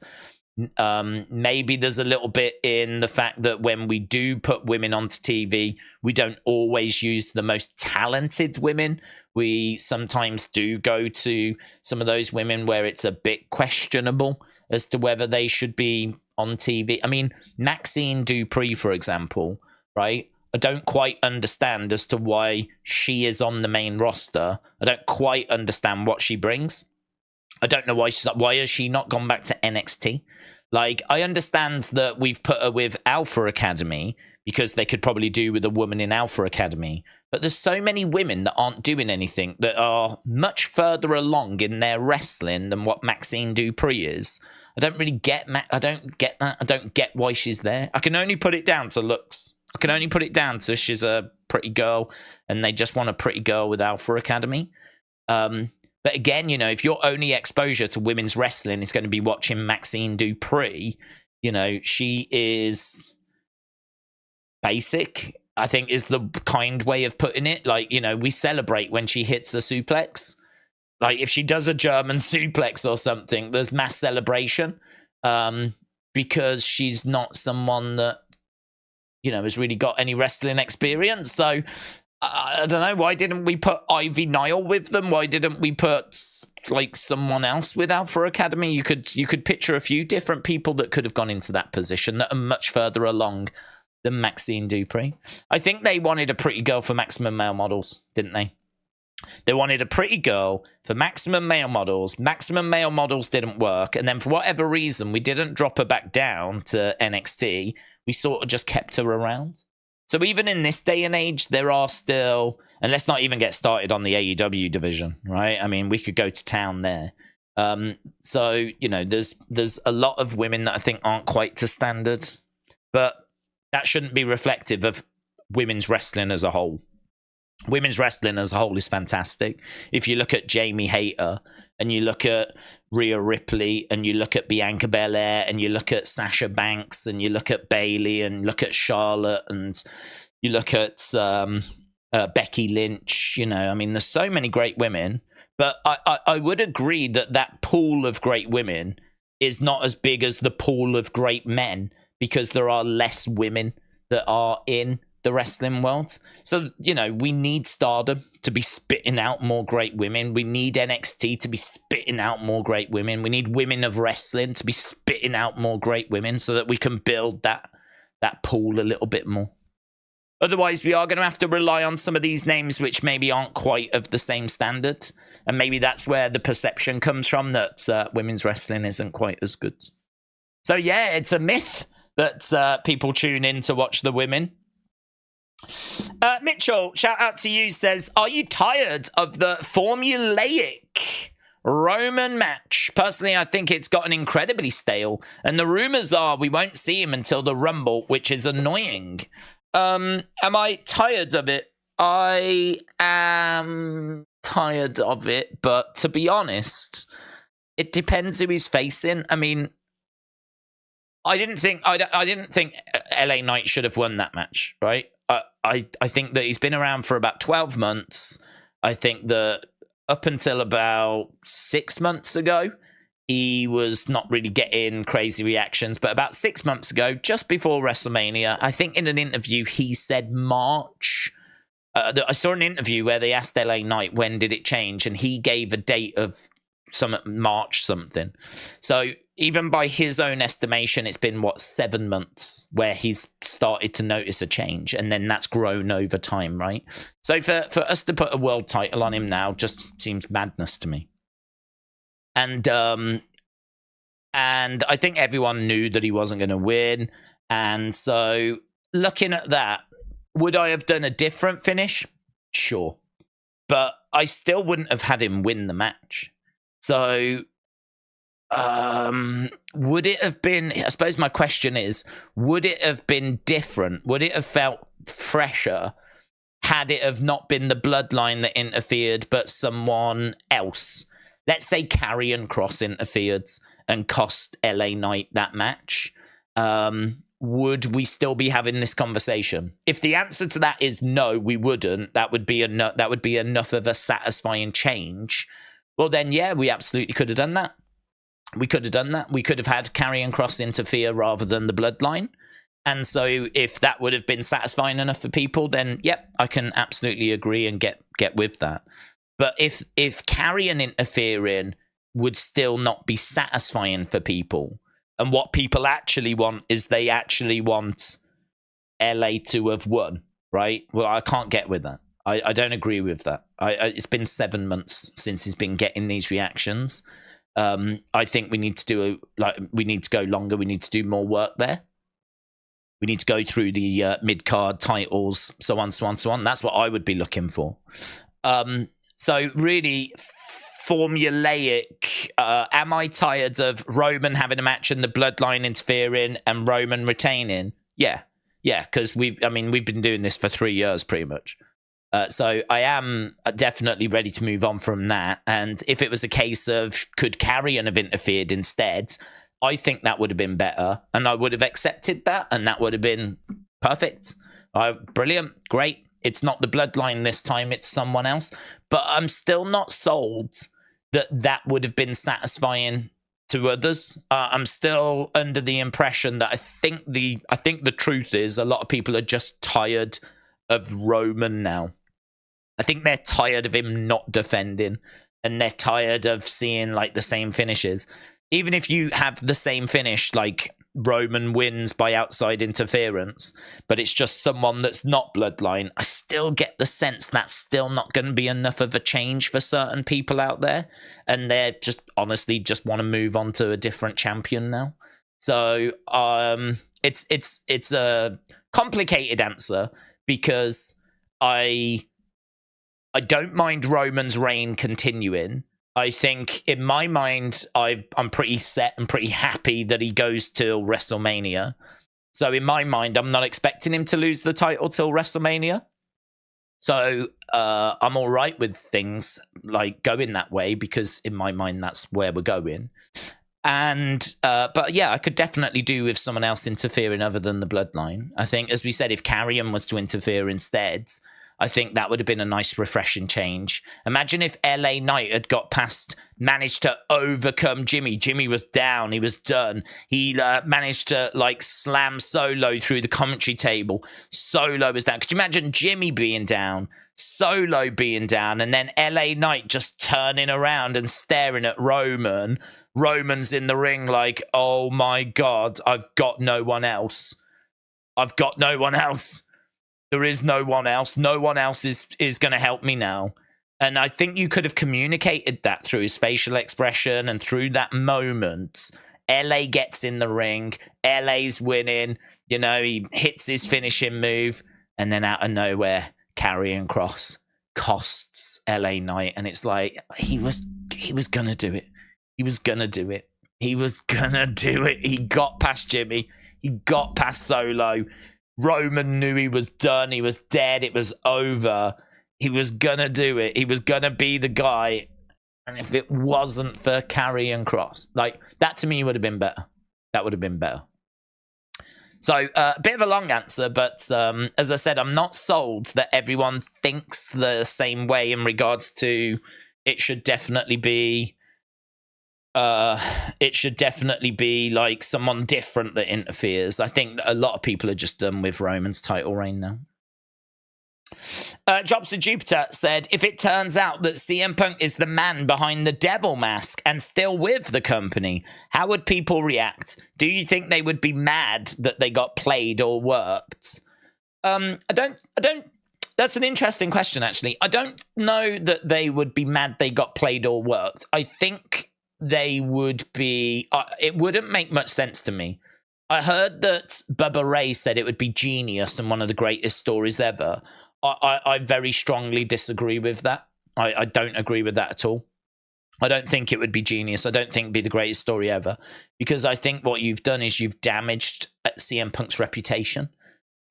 Because there are people now that just see him as causing drama, and they just see him as causing problems backstage. What you've done is you've took someone, your biggest star, you've took him off TV for an extended period of time, so your company hasn't had him around, and you've also damaged his reputation. right? Now, granted, it might be a work, and what people are thinking about him now might not be a true reflection of what's happened, but that is still what you've done. That's what you've done. His he is getting mixed reactions now. He is getting boos. There are people that are done with him. There are people that are siding with the elite. There are people that are saying like he was, he's a problem. I mean, he's feuding with the elite. He feuded with Jack Perry. And that perception is out there now. And you can't, it's going to be hard to change that perception. Even if it turned out all of this was a work, it's not going to magically change people's opinions of CM Punk. The way they're feeling about him is the way they're still going to feel about him. So I don't see that as being clever. I think you've done too much damage for it to be classed as clever. I think that he's not been on TV. You've hurt your ratings. You've damaged the reputation of one of your biggest stars. And what's the benefit going to be? Where's the positive? So you've done something that people didn't see coming. You've swerved people. They thought there was a big suspension, and now he's back, right? So he's back with AEW. That's a positive. So he's not gone. I've got to think that would be a good thing for going forward, that he's still around, right? But where's the positive? I'm struggling to see the positive. Is this story going to really kick things off to a different level? Is this the Hogan being the third man story? What's going to make people want to tune into CM Punk working with MJF? Where is the genius part of this? I don't get it. I don't understand why this would be genius. They would have done. I tell you what, the genius bit would be that they managed to fool people, but that has not helped your ratings. That's hurt your ratings because CM Punk's been away for so long. So that ain't helped your ratings. And now if he gets revealed as being the devil, there'll be a big conversation about they worked us and all that kind of stuff. Are we then expecting the Dynamites after that to start hitting 1 million consistently? Do we think that all of a sudden the business is going to explode because CM Punk's now working with MJF and he was the guy that was under the devil mask? I don't get it. I don't see it. I don't see why this is a genius thing. I don't see why, if it is going to go that way, why this would be a game changer for AEW. I think that I don't think it's him, by the way. I don't think it's him. I think that it's, creative fans kind of getting a little carried away, to be honest. And I think that would people be upset at being worked? Well, I don't know. I mean, they shouldn't be, to be honest. Because it's not like they have been made to look like idiots or anything. This is what wrestling should be doing. It should be throwing you curveballs and swerving you and catching you off guard. And, we often don't know if, someone getting injured. Look at Monday. So Ricochet didn't kicked out of that pin. And we didn't know if he should have or if he shouldn't have. And we said, don't think that was a problem. Don't think that, he shouldn't have kicked out of that. I mean, he very obviously got his shoulder up before the ref counted 3. If he was never meant to kick out of it, why would he move at all? So we said in that, I think he was supposed to kick out. I think since then it's turned out he wasn't supposed to kick out and actually he had a concussion. It doesn't bother me. Not if we've got that wrong and Ricochet did mess up and it was due to a concussion, that doesn't bother me in the slightest. Just like if this turns out that CM Punk hadn't gone and he was still with them, that wouldn't bother me either. Maybe it would bother some people, but we're always talking about and speculating about and predicting and theorizing. That's where wrestling is in 2023. You spend a lot of time in that kind of gray area, So if they've managed to do something, I would say fair play to them that they've just managed to keep it quiet and it's not leaked. That would be the big thing, rather than people getting upset that they didn't see it coming, kind of a thing. I don't know why that bothers people as much as what it does, to be honest. I don't know why that's a thing, that people can't predict the future. If you want to get upset about that, then so be it. To me, I don't expect it to be CM Punk. I don't think it's going to go that way. If I turn out to be wrong, it wouldn't bother me. Because if I could predict the future, I wouldn't be sat here. I'd be down the bookies, putting on so many bets, getting banned by different bookies, but just going over the world trying to place bets with different bookies to try and make more and more money. I certainly wouldn't be sat on YouTube. So, I think that it shouldn't bother people if it does turn out to be that way. But I think the more interesting argument is, would it actually be a benefit to AEW? I mean, other than CM Punk is still around for them to use, which if he never got suspended anyway and he's always been with them anyway, then they haven't actually gained anything, have they? Because they never lost anything in the first place. So the only positive you could say is that, well, they can still use CM Punk for shows in the future and for ratings and whatever. But I think that this whole thing has really damaged his reputation. I really think that there's a lot of fans now that, he was even getting mixed reactions at Wembley. And that was before we knew about the Jack Perry incident. The Jack Perry incident has only turned even more people off of him. And now he's going to come back. And, this is going to be a genius thing that AEW have done. No. I don't see it. It's a great question. I love the question. Would it be a genius move for them if this is what they've done? You can make your own minds up on it, but I'm struggling to see where the genius part of it is, other than they've done an excellent job of keeping it quiet. And they've done an excellent job of pulling some off that people didn't see coming. But to be honest, just being able to do that doesn't mean your ratings are going to go up. Just because you've managed to pull some off that wrestling fans didn't see coming doesn't mean you're now going to attract a load of casuals. I don't get how that marries together. You managed to fool a load of wrestling fans and do something they didn't expect. So now all of a sudden a load of casual fans are going to tune in to watch. Don't quite get it. Ismail said, don't you notice that most women struggle with the third rope, unlike all men, or am I the only one that watched the Women's Rumble? Well, I don't think you're the only one that watches the Women's Rumble, and I have not noticed that they struggle with the third rope, no.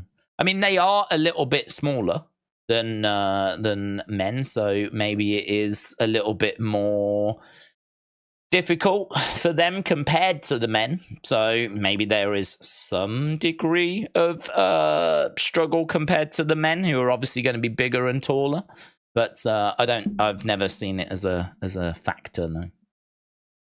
Big Time said AEW are trailing 5 weeks, 804, 832, 774, 800. NXT was 794, 787, 674, 798. Did we ever imagine NXT being this competitive with star-studded roster? It's only Becky and Dom with developmental. No, I mean, look, we've got to say that it's the main roster talent that have boosted it. We can say it's only Becky, but Becky is one of their biggest stars. And we know that that 1 week they brought down Cena and Undertaker and everything. I mean, if they were going to just use only the talent they had and they weren't going to use Judgment Day, it's not just Dom, is it? Rhea's always there. Finn and Damien often make appearances as well. We have Mustafa Ali going down there.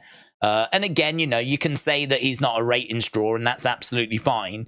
But, we've had Los Lotharios go down. There's been names that people have heard of that have gone down to NXT. Might not be a boost to ratings, but they're certainly not hurting those ratings either.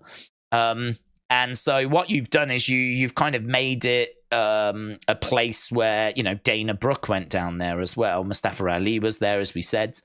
And there's been just a steady stream of main roster talent that has kind of been popping down.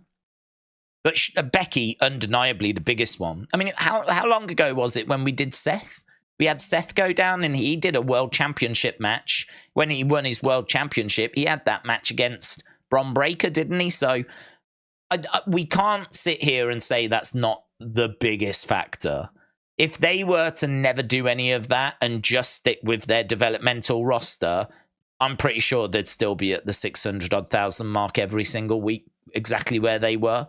But the fact that they've been adding, like Rey Mysterio's gone down, and like all the other people that have been popping up, that has meant that they have kind of really got people to check out NXT. I think they've got people more aware of NXT. And we've said as well, haven't we, that you can get people into the habit of watching the show, and then you pull the main roster talent away. And I think people are creatures of habit. And if they're used to watching NXT on a Tuesday, it does stop becoming about who's actually on the show. It doesn't matter so much then. It's like, I watch NXT. It becomes, I watch NXT every Tuesday, so I'm going to watch NXT. And it doesn't matter if Becky's there. It doesn't matter if Dominic's there. It doesn't matter if it's Carmelo or Braun. All of a sudden, these other NXT stars become people you're aware of, and you become of their stories. You know their stories. So I think for me, the biggest thing in NXT was bringing the main roster talent down. Now we're at the point where I think we can take main roster talent away, and I think the numbers will stay relatively strong in the 700,000 range now, rather than the 600,000 range, because I think you've had enough people tune in for enough weeks where it's become a habit for them now. They will tune in every week regardless now, right? And if your story is going to be bad, then that number will decline back down to where it was. I think your basis is like 650, just like the basis for AEW is about 800,000, something like that. But if you can tell good stories, then you should be in the 700,000 range. And obviously, if you can just keep dropping down main roster star every now and again, you might even get a little boost every now and again to that number as well. So I think they've done a great job with it. I think they've done a great job with the booking. I think Sean's done a great job. But I do think it would be cheeky to kind of insinuate or imply that it had nothing to do with the main roster talent, when I think that was the biggest thing that has driven these numbers. Going forward, though, I think we could probably rely on them less, and I think the numbers will stay still relatively strong. We said this the other week, didn't we, how we were surprised the number had crashed down to under 700,000, and we said, I don't know why it's done that, because it should be that people are in that habit. And we said maybe it's because it was Halloween night and people were out and it was Halloween. And I think there was maybe a big game or something as well. And then the number this week has bounced back really strong. So I think we can maybe look at that 600-something thousand as an exception, as it being Halloween night, people doing trick-and-treating. You know, it weren't a normal Tuesday.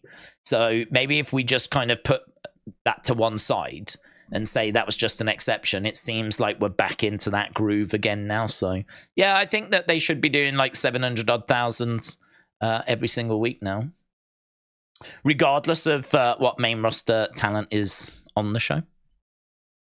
Godfather's Host said, Days, I'm puffing on that big fat Harlem Heat Booker T promo. Hulk Hogan, we're coming for you. Speaking of which, who cut the best promo ever in the world of wrestling? R.I.P. Mike Checks, thank you. Well, I think the greatest promo ever is Hard Times by Dusty. That would be the one that if I was to vote, if there was a poll right now, I would vote for that. The one that always comes to my mind in WWE would be Ric Flair's with a tear in my eye when he won the Royal Rumble. I would say that would have to be, which Vince didn't like, apparently. Vince didn't like that promo. He wasn't a fan of it. But I think that it's an amazing promo after Rick has just won the 92 Rumble. But Dusty's Hard Times one has just been, it's just iconic, isn't it? It's absolutely iconic. Hard Times is something that still gets said to this day because of the impact of that promo. So that'd be the one that I would vote on. I think that Ric Flair deserves a shout for the tear in my eye promo. And then probably third, I might go with the pipe bomb, CM Punk. I mean, that again, I think promos that have that kind of impact definitely deserve to be recognized. And for many people, the pipe bomb might be number one.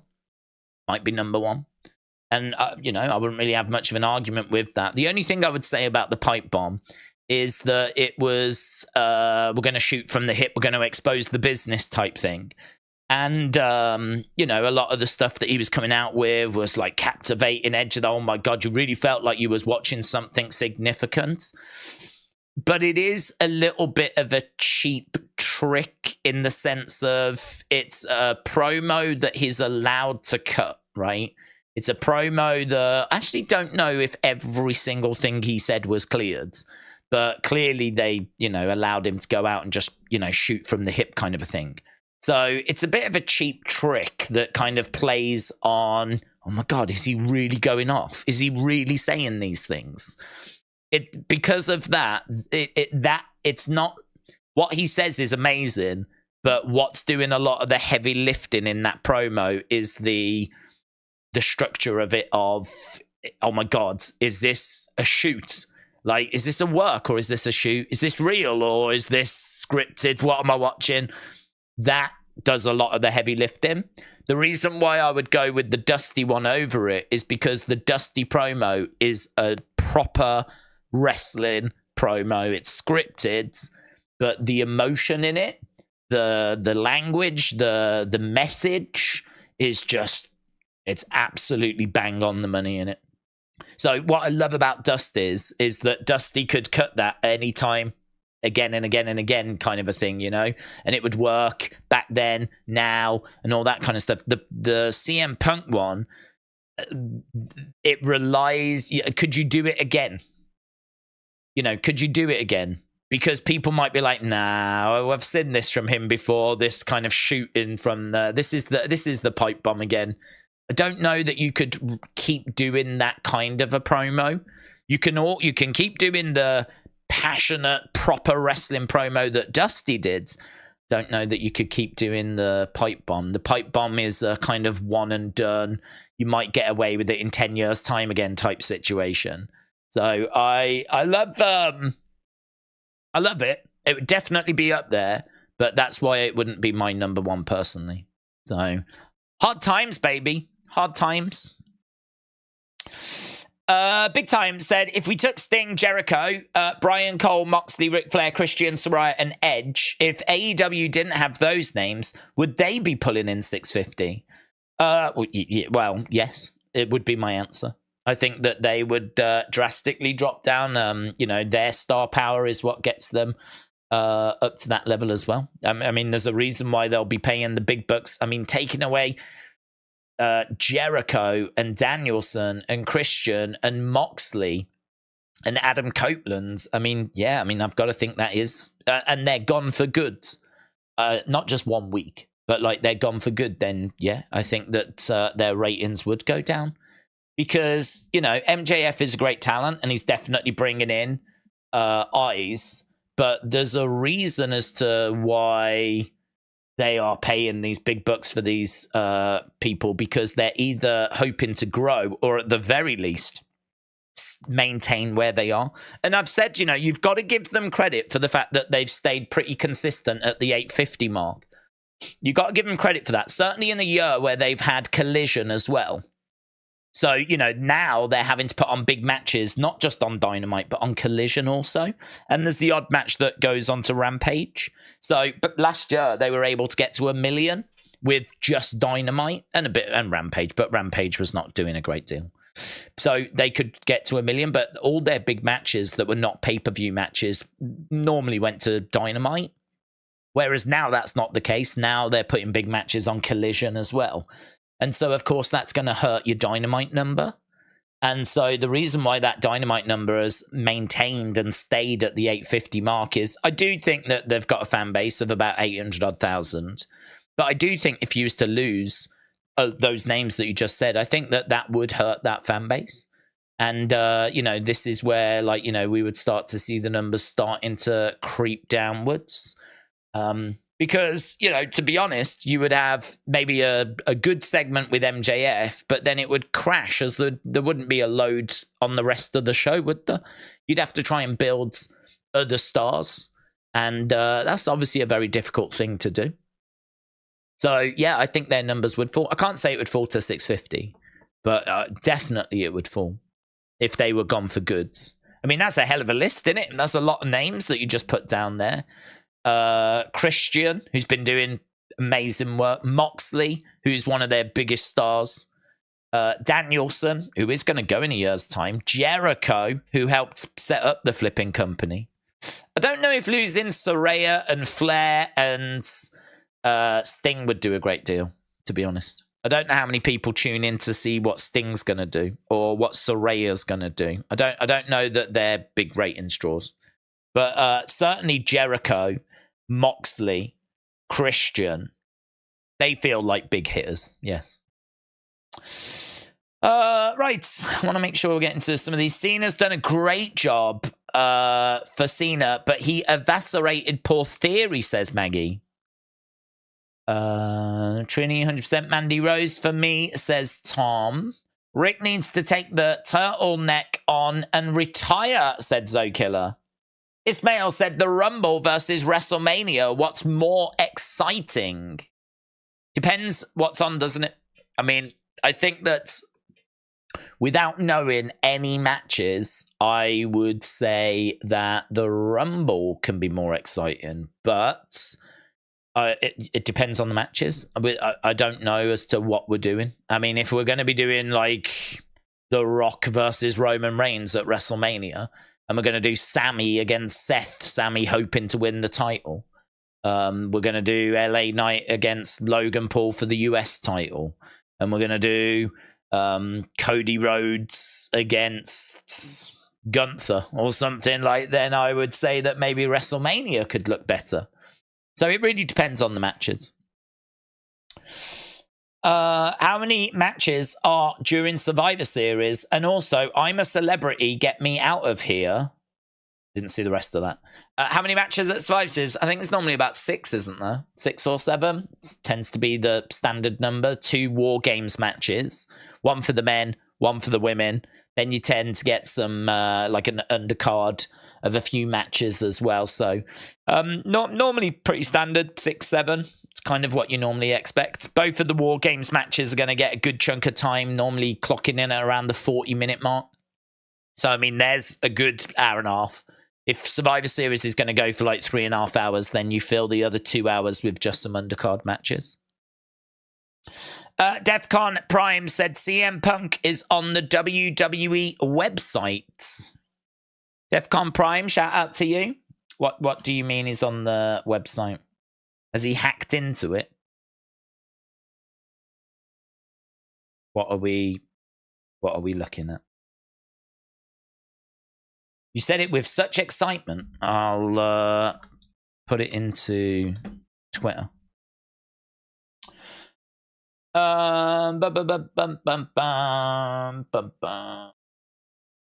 CM Punk is always in the conversation. CM Punk has responded to Grayson Waller. I can't see anything about him being on a website. Let's have a look. CM Punk on the website. WWE have recently updated CM Punk's alumni profile. Is that it? Is that it? The alumni profile being updated. So that's so when you go to like superstars, you can go to this. Is it this bit? There we go. Alumni, and this just lists a lot of the old superstars. How do we fit this to page? Better. That's better. So yeah, you can actually search up here by NXT, Hall of Fame, WWE alumni, WCW, ECW. The other day, there was some excitement. I think this was on the 8th. CM Punk's has always been here. So this has always been here. But this text, I believe, was updated the other day. I don't know why they updated. I don't know what it was that they changed, right? I don't know what it was that got tweaked or changed or whatever. But it did get updated the other day. And that seemed to excite people. It doesn't say anything here that he's coming back or obviously or anything like that. But it's this text got changed. And people noticed that, I don't know where it says it actually, but people noticed here, look, that it says 23. So you see here, look, November 8th, 23 hours ago. So that would have been on the 7th. CM Punk's alumni profile featuring bio, videos, photos, blah, blah, blah, blah, 23 hours ago. So it got edited, but I don't know why. Here, look, this person says, unless Dean Ambrose and Daniel Bryan are also coming back, I don't think that WWE updating their website under the hood is hinting at a CM Punk return. So, Dean Ambrose got his updated 2 days ago as well. And Daniel Bryan also got his updated a couple of days ago. So, it seems like there's been some changes to the alumni thing, and that has excited people. That's actually a really good point by Harmonica. Have a look at like some of the others as well. Ambrose 2 days ago. Is that what we were referring to, or is there a different one, Defcom?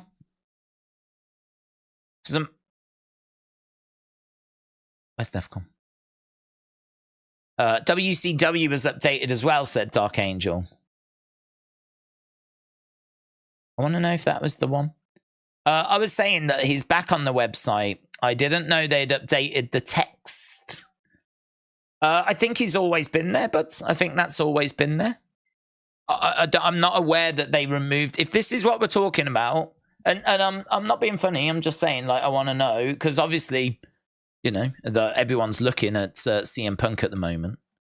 But if you go down to on here and you go down to alumni, these are just like a list. I don't think it's absolutely everybody, but is Daniel Cesaro's on there, for example? Jericho's on there.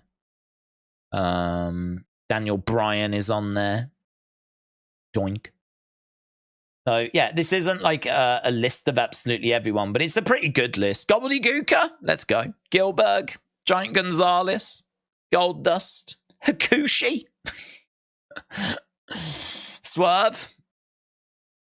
It's just a list of, like, people that have been previously with the company, but clearly not everybody. Is Bruno on there? He might be in the Hall of Fame bit, actually. This might be everyone. Is this everyone that's not in the Hall of Fame?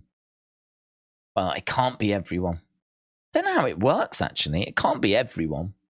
They do have Paul Nakano, though. If we go Hall of Fame, where's Bruno? He's got to be there. There he is. The living legend. Bruno Sammartino. Next to Bruiser Brody. Just above Captain Lou Albano. Chief J Sprongbow. Carlos Colon. Edge Strangler Lewis. Look at this, man. Do you know, I never read this. I never go on to this, but that is great, isn't it? That is great. Now you can actually... I've never done that. I should do that.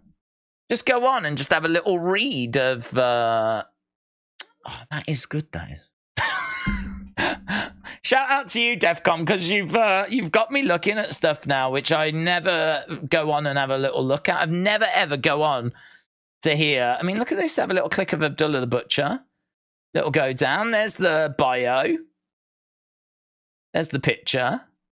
Bish bash bosh. Flipping lovely, mate. Flipping lovely. It's good, that is. It's good. That is probably a tool that should be used more. So, Defcom, shout out to you, buds. Genuinely, I appreciate that, because that is something that I really should use more and have a little read of. And, you know, we talk a lot about different wrestlers, like Ed Strangler Lewis or Luthez, or, like, I don't know, even if we're talking about, like, the 80s and 90s stuff, there's probably some youngsters out there that haven't watched that, or maybe haven't gone back, like, really in depth into those periods. Well, you can go on there and you can read about them. And, like, click on the different wrestlers and just read the little bios and everything. It's pretty sweet, that is. It's pretty sweet. It's good. So, yeah, in regards to CM Punk, I saw that update of the bio. What I will say is it's very difficult to know, isn't it? Because we know that White Rabbit happened, and we know that it was a big success. And they have said that they are going to do that again, right? They have said they are going to do these little teases in the future because White Rabbit was such a success. So I am very wary right now of the fact that them updating the bio, the little mentions during the show, all these little things that are being picked up by the fans.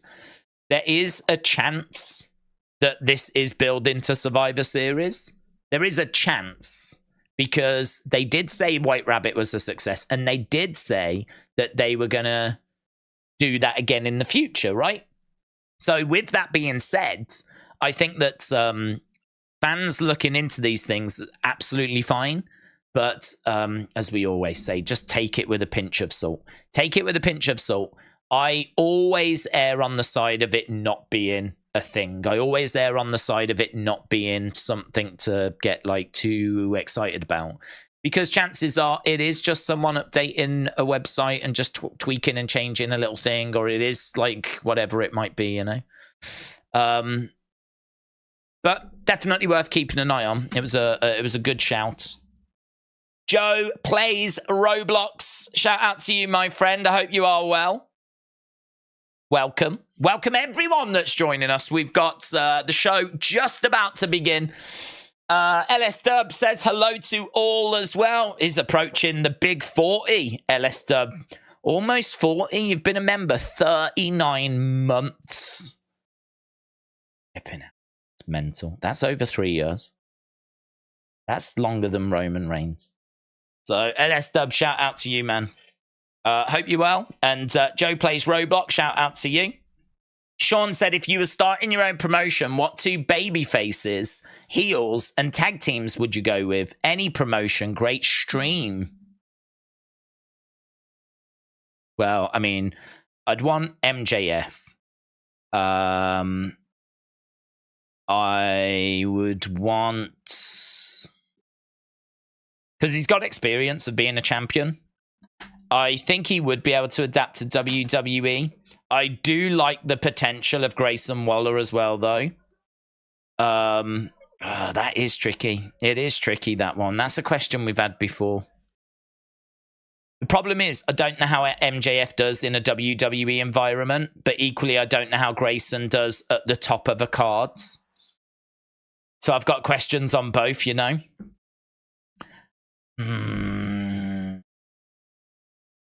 I think I'm getting to the point where I'm seeing more from MJF. He's had some great matches. That's tricky. That's hard. I do find the Grayson Waller MJF conversation a tricky one. Heel female Jade, if she's a heel. Charlotte's not bad. Bailey's not bad. Jamie Hayter's not bad, but she could be a face. I'd probably go with... I'll go with MJF. I'll go with...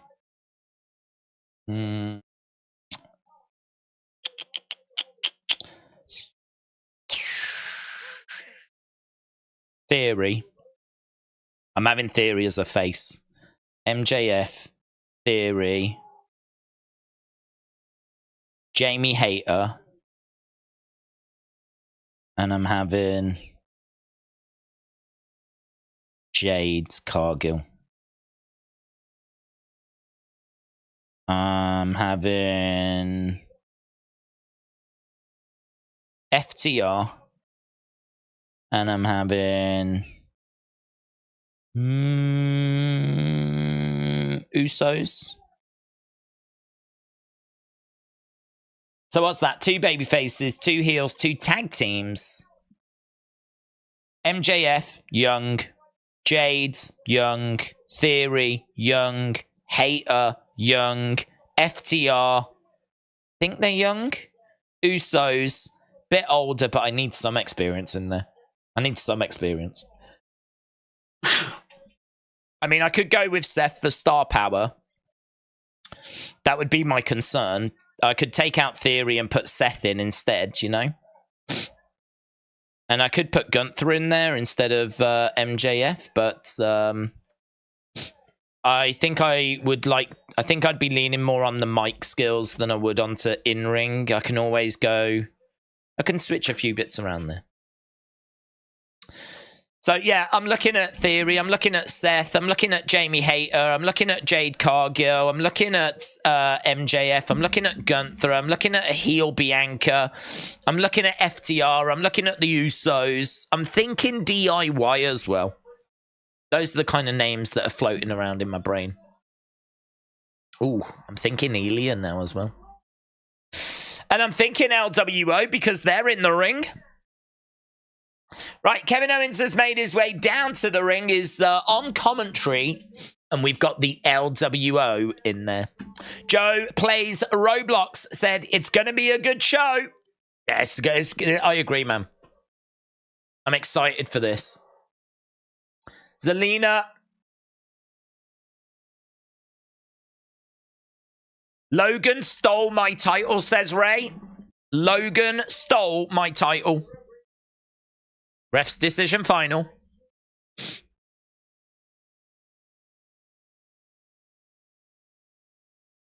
I believe Logan couldn't beat me if it wasn't for those brass knucks.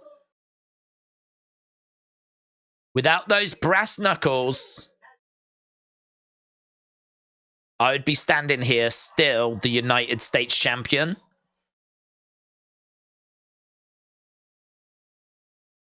I will do whatever I can to get a rematch. Ray wants a rematch. Is this Carlito?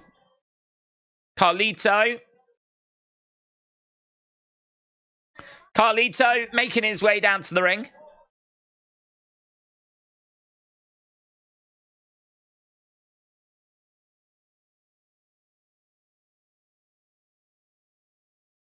Carlito jumping into the ring then. He grabs the microphone. Ray. No one wants to see you more as United States champ than Carlito.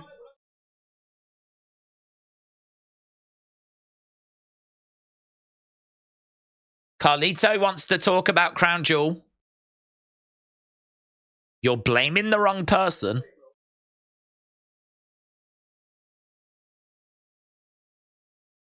Oof. Don't blame Logan. Blame Santos Escobar. He left the brass knuckles on the edge of the ring. Carlito's got a good size to him, hasn't he, when he's standing in there with Ray? And he's even got a good size compared to Santos Escobar. Oh, look at this. We've got Ray standing over by Carlito. We've got... Oh, Santos jumps out the ring. He's walking away. Ray jumps out the ring, and Zelina's going out as well. Good start. Good start. My God, such a good start. It's not the Bloodline or the Judgment Day. Oh, my God. It's not one of those other groups that we get all the time.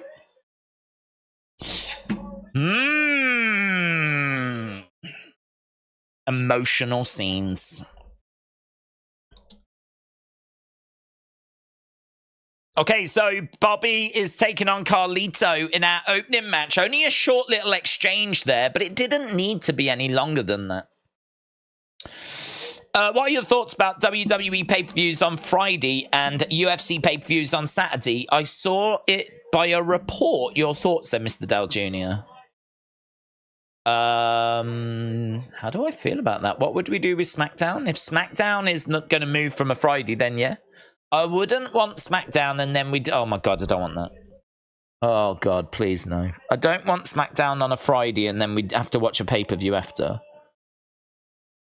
I don't need that.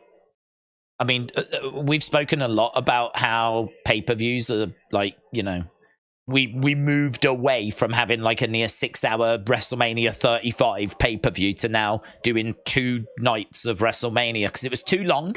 So the last thing we need is a 2-hour SmackDown followed by a 4-hour pay-per-view. And I know that people can say, well, you don't have to watch SmackDown.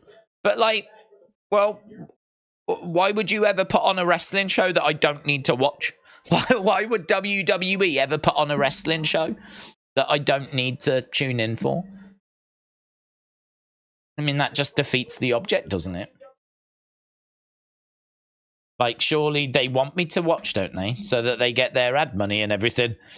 So surely they must be putting on a good show. Surely. So that would be an argument that I wouldn't understand. So as long as we move SmackDown to, say, a Thursday, then doing a pay-per-view on a Friday night, I can't see a problem with it, to be honest. I don't have an issue with it. You know, rather than us starting and then watching a 2-hour SmackDown on a Friday, we just end up watching a 3.5, 4-hour pay-per-view instead. Ideally, a 3-hour pay-per-view, to be honest. But yeah, I can do that. That's not a problem. But I don't need SmackDown before. Don't need SmackDown before. Move SmackDown to a Thursday. That'd be solid, actually. That'd be great for me. In fact, I think this whole arrangement's going to be really good for me because we all know that I have struggled with having to, like, you know, do I watch UFC or do I watch WWE? It'd be fantastic if we could find a way where I can just watch and enjoy both because they're on at different times. And if it means that we have to move to a Friday night for WWE and then Saturday night is UFC, then so be it. So be it. People, and I know people will be like, oh, but like you can't do that because of work and me getting there. Well, people get to SmackDown. We do that every Friday. It must be possible. So, yeah, I wouldn't mind it, but I don't need SmackDown before. Wrestler Andy says, do you remember Punk making fun of The Miz for doing the Crown Jewel show? Do you think if he came back, he would do them? I think that life has got a way of throwing that kind of stuff back at you. If you make those kind of comments, then chances are, you know, life's got a way of making you eat your words. So I think that, I mean, look, I don't know that if he went into a negotiation with WWE that he could negotiate his way out of that. I don't know. If I was CM Punk, the bigger thing that would bother me would be, am I going to be used right? Like, am I going to be pushed? Am I going to be featured? Am I going to be around the main event scene? Am I going to be treated with the respect that I didn't feel I got when I was champ last time? Because we know that a big frustration was that when he was champion, he wasn't closing the shows. He was still playing second fiddle to, like, John Cena.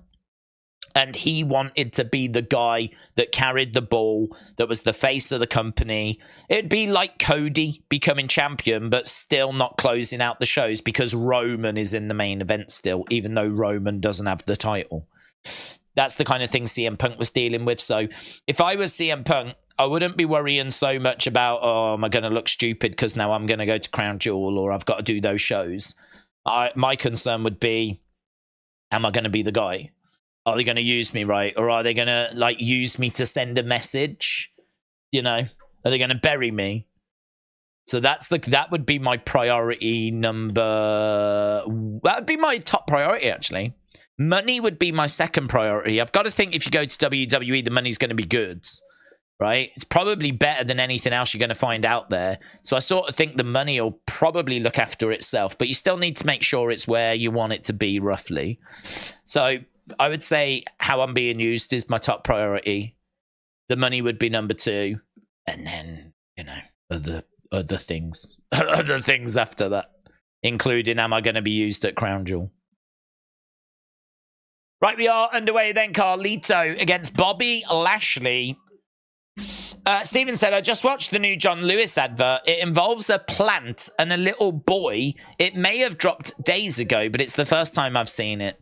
I've not seen it. So I can't comment. I don't know. Olivia said, who is better, Rey Mysterio or Cody Rhodes? Please answer, says Olivia. I think they're very different superstars, to be honest. Rey Mysterio is someone that is got an excellent moveset. He is probably the greatest masked wrestler in America, in the history of America. I don't know that he's the greatest masked wrestler ever, but there are many, many, many that say he is. And that's, you know, if the fact is even in that conversation is mental, right? Mental, but justified. Justified. I mean, I don't think if there are, I don't think there's many ahead of him. It's just that there have been some massive stars come out of Mexico that really are part of Mexico's like DNA. It's like, you know, El Santo, for example, and the Blue Demon. These are names that even transcend wrestling. And they went on to make like multiple movies and they became like cultural icons in Mexico. So I don't know. I think Rey probably has. I think Rey has transcended wrestling as well. I think like Rey Mysterio is one of those names that even if you're just the most casual of casuals, you've heard of. So I think he does belong in that conversation. But it's very difficult to work out as to who the greatest masked wrestler is. But that's what we're talking about with Rey. We're talking about a first ballot Hall of Famer, absolute legend. Cody is someone that I think has not reached that status, but the work he's doing now is obviously helping him a lot. But when he was Stardust, when he was dashing Cody Rhodes, like, he wasn't in a great place. He had to go and do all the work outside of WWE and go to AEW and do all the work there and then come back as the American Nightmare for him to, like, you know, start really get into where he needed to get to. So in regards to who's the best, I think at this point it would be Cody. I think Rey's, you know, he's getting on a bit now. I think Cody's in his prime. Lovely suplex there by Carlito. But so I would say the best ever right now, Rey Mysterio is the better of the two. Like for their everything they've achieved. Right now, in regards to today, who's better? I think it's Cody. I think Cody can put on the better matches. I think that he is in his prime. I think he's a little sharper. I think Rey doesn't go through the motions, but I don't think he is quite as capable as he was of pulling out like the drama in a match. A bit like Cena. Cena, you know, Cena today is not Cena of 10 years ago. Just like Rey today is not Rey of 10 years ago. I think people forget like how long Rey's been doing this, you know? He's had a hell of a career. I mean, we will have to start thinking about Rey's retirement over the next few years. So, yeah, I think for me, Rey is an absolute legend. And if you was to put his career next to Cody's career, Rey's definitely.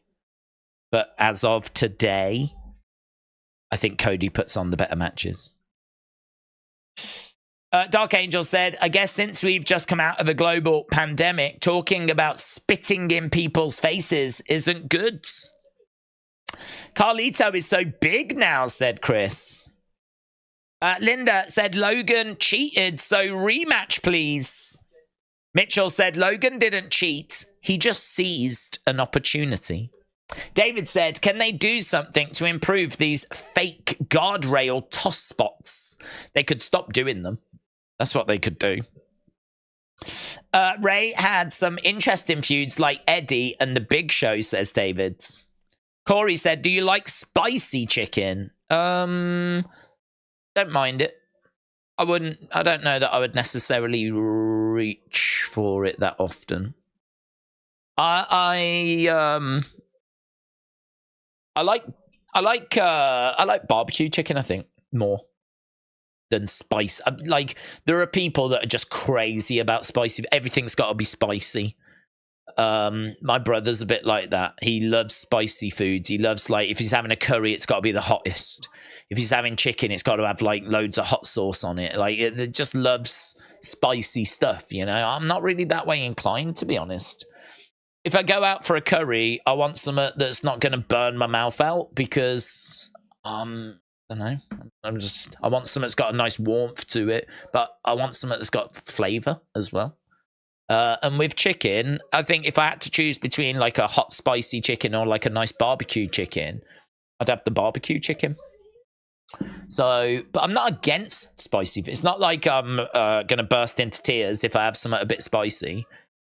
But I'd probably be no good on that hot ones. Let's put it that way. You know, after the first couple, I'd probably be in tears because I'm not used to like really hot food. I don't really have really hot food. It's just not something I'd go or reach for. But I like if I was to have a curry, I wouldn't want like just a creamy korma or something. I'd want something that's got a bit of heat to it. I want to, you know, if you're going for a curry, I think that's part of what you're going for. Is you're going for that kind of spice, that kind of heat. But not to the point where, you know, you see these people eating things and it's like a challenge for them to finish it. It's like they're like weeping as they're trying to eat it. Like, I don't want food that's going to kill me. I don't want food that's going to make me emotionally distressed. So I don't mind it. Alex said, how would you book Punk and Orton's return if they're both returning on the same night at Survivor Series? Well, I think you'd want to keep them as far apart as possible. I think you'd want, say, Orton to come out early, and then you would want Punk to come out at the end of the show so that social media and people can get their reactions out and get it out their system about Randy. And then, obviously, boom, you get them again at the end of the show with CM Punk. So we said earlier, would you do like LA Knight and a mystery partner against Jimmy and Solo? You could open the show with that because, as we know, the first match is a key match. And, you know, you bring Randy out as the mystery partner. And then in your main event, you've got Drew. See, that would be amazing because I think everyone would think, or a lot of people would think, that, oh, hello, is Ashanti. BFAB says, don't worry about it. Ashanti just came over to BFAB. She was watching Bobby. We know that she wants to join the group, which I really like. Yeah, I think you would definitely want to keep them apart. And I think what would be good is if Randy came out early, then you could bring CM Punk out to be the mystery partner in the War Games match to oppose Drew, who looks like he'll join Judgment Day's team. And if Randy's already come out, then he's probably not going to be the mystery partner in the main event. And could you imagine the excitement then? People will be calling up their friends going, oh my God, I think it's going to happen. Everyone said it was going to be Randy, but he's already come out. So who's the mystery partner in the main event? Carlito gets planted by Bobby. Street Profits are battling away with Legado on the outsides. Dawkins. Look at Dawkins in a suit looks good, man. Dawkins in a suit. Look at him. Dawkins all kind of fired up, but he gets walloped by Santos. Santos has come down. Santos throwing in some shots. Dawkins driving Santos against the barricades. Kick coming in, but it didn't look great there by Montez. Spear by Bobby. Bobby turning over Carlito. 2, 3. Bobby beats Carlito. No great surprise there, but really there was a lot of things going on the outside of the ring. And now they're kicking away at Carlito, throwing in some big shots. Carlito is down. And Carlito is being attacked. Santos is on the outside just watching. He's not doing anything, is he, Santos, at the moment? Why should he? Carlito made some accusations about him. Leave him. Leave him. Sod him.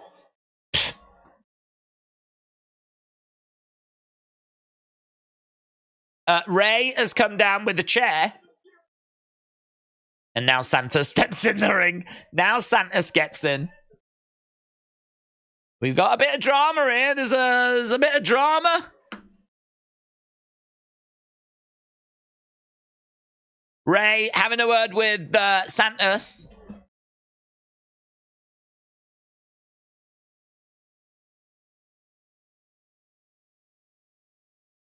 It's supposed to be me and you, Santos said to Ray. Oh, Ray pushes Santos. Ray pushes Santos. We are family. We are one. We're LWO.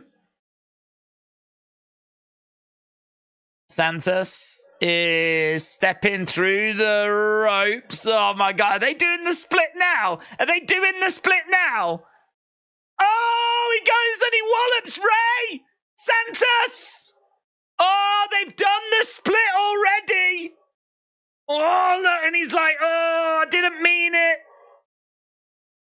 But he did mean it. It's supposed to be me and you. Ray says, what are you doing? Ray fighting back at Santos. Santos goes through the ropes to the outsides. Oh, you can see how messed up Santos is. He just had a moment where he just lost it. Ray's like, what are you doing? Ray, very emotional, stepping through the ropes. Santos is still on the outside of the ring. There's a real mess in the LWO. Ray goes over and he grabs Santos.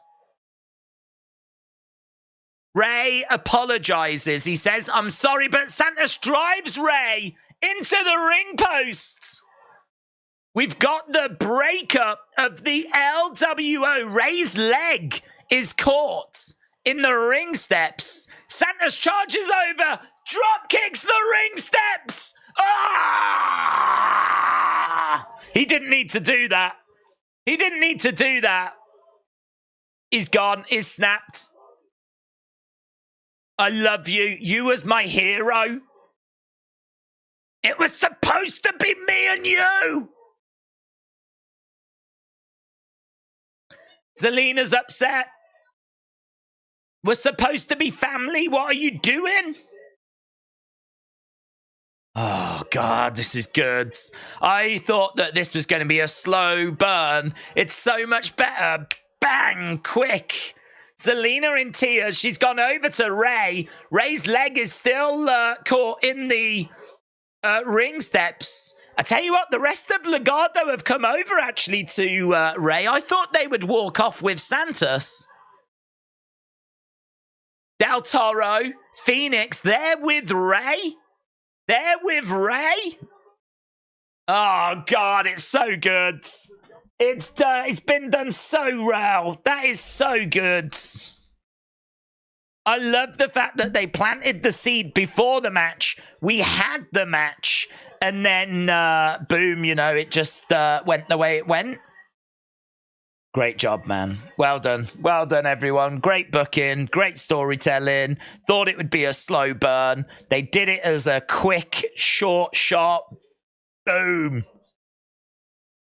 And I really think it was better for it as well. Rather than, like, playing it out slowly, we just... Oh, it was more satisfying this way. Element Games, shout out to you. Daniel said it was an epic split. Let's do a quick video. This definitely feels like it's worthy of it. That was that was so satisfying. That was so enjoyable. We thought this would be a big show. We still don't know what's going to happen with Damage Control. But what I would say is because we've seen a split in LWO, I think that means that we're probably not going to get the split tonight in Damage Control. I don't think they would split two groups on the same show. If they're going to do that, then it's a big seismic change.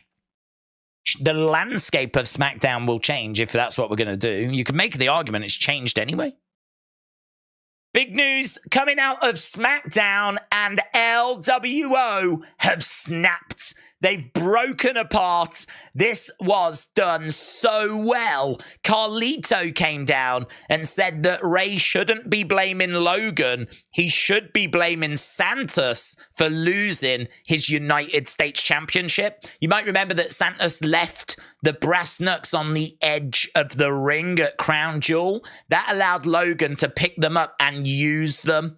And so Carlito made this observation, this comment. And then Carlito had a match with Bobby Lashley. He was being beaten up after the match. Santos didn't come to his aid. Rey Mysterio did. This started the argument, and Santos snapped. He started going after Ray. He struck him in the back. He was apologizing as well, though. He said he loved him. They were meant to be family. It was meant to be him and Ray. You can tell that Carlito coming in between them has really driven a wedge in the LWO.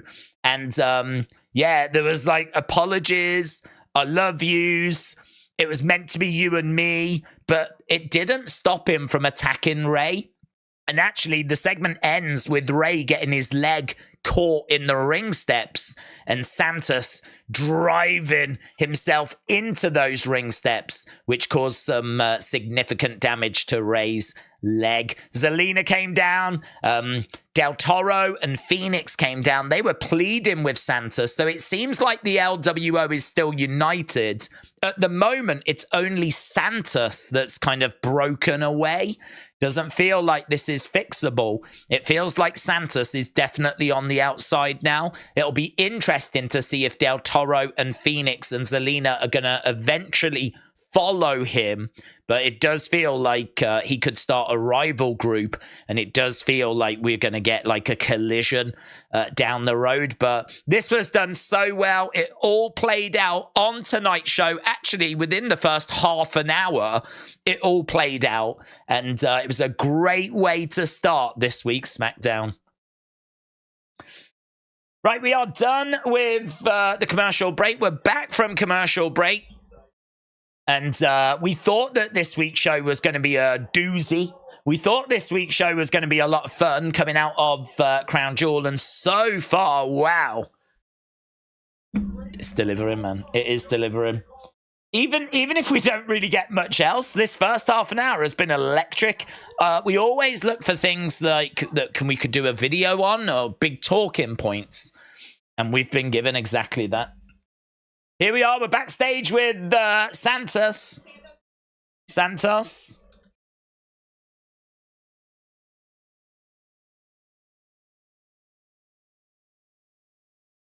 Ray had it coming. Santos has left. All he said to Kathy Kelly is Ray had it coming.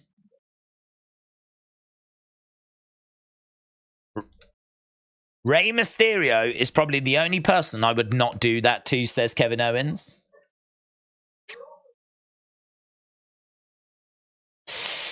Do you want Rice Krispies? Because Ray just went snap, crackle, and pop, said David. That's good. Right, we've got match flow. We're looking back at Crown Jewel, and we're looking at Damage Control. Does that mean Damage Control segment next? I would have saved that for the second hour. I wouldn't have gone to that now. Days, thoughts on Mason T-Bar when they almost became tag team main eventers? What WWE should have put them properly? Big pushes and title opportunities. What should they have done, says Tate. To be honest, not much, because I think those gimmicks were dead. I don't think those were good gimmicks, and I think that was always going to be a struggle. I mean, the Mace and T-Bar names, the masks, they just weren't good. I mean, I think if I remember correctly, they did lose the masks. So they did lose the masks. I think we needed to find out what they were about. I know they were about causing carnage and everything originally, but I think we need to explore that more. So if you really was going to keep them around and you was really going to keep their names, I think definitely losing the masks. I think the Retribution name was okay. You could have called them that as the tag team. Mace and T-Bar, I'm not crazy about it. I mean, I suppose it's one of those where you might just get used to it eventually. I'm not crazy about the names, but I think what you would need to do is really flesh out what are they about so that we could understand what they're trying to achieve a little bit better. The problem was they just weren't getting onto TV, were they? So it's very hard to get invested in them when you only saw them once in a while. Here is Bayley making her way down to the ring. So Bayley in some red leather pants. Let's go. Making her way down to the ring. She's on her own.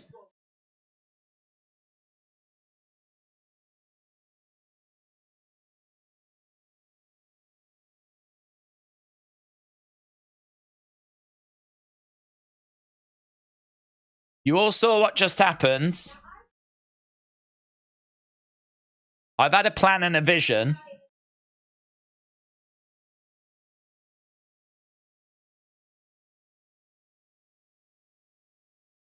Everything I wanted to come true came true.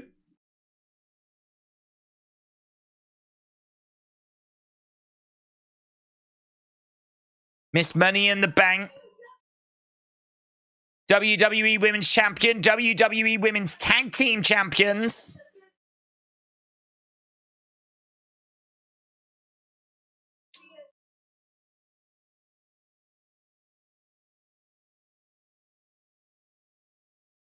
So Bayley is taking credit for everything Damage Control have achieved, which, I mean, in all fairness, it is her group.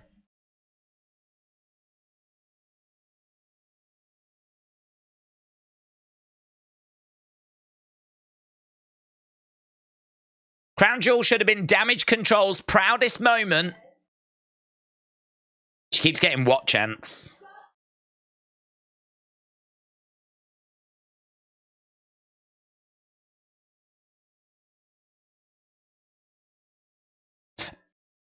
Okay, so she wants Io to make her way down to the ring.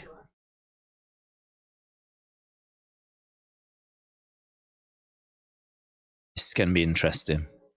I'm guessing she's going to come out with Kyrie. Oh, is that Kyrie or is that Dakota? Oh! Well, this is a problem. Io, Dakota, and Kyrie are coming down. Look at Kyrie. She's in like this black suit. Baggy black suits. This is such a goated episode of SmackDown so far. This is so good. We've had a split up with the LWO, and now we're going straight into this next segment, which I think is really... This is the one I've been waiting for. Kyrie climbing into the ring. Bayley looking over at Kyrie. I love that. I'm interested in this. I'd love for them to say... You know I had a plan. Hey, hey, hey. Bayley. I had a plan too. It's Io's era.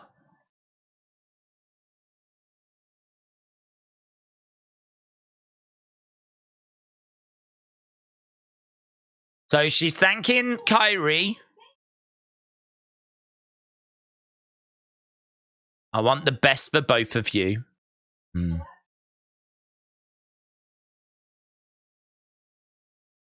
last time we saw Kyrie, don't show her. Why are you showing her? We're seeing Kyrie back in July 27th, 2020. God, I can't believe it was that long ago. But we're seeing Kyrie getting smashed into the shutters. Bailey destroying Kyrie. Didn't need to show it again, did we? She's wearing similar coloured pants, actually. I don't think they're the same pants, but red pants.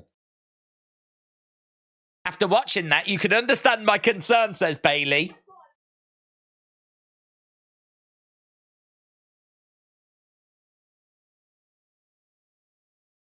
Hold on a second. We didn't bring damage control in to hurt you. She's here to make damage control stronger. Kyrie's got the microphone. We want to take some of the weight off of you.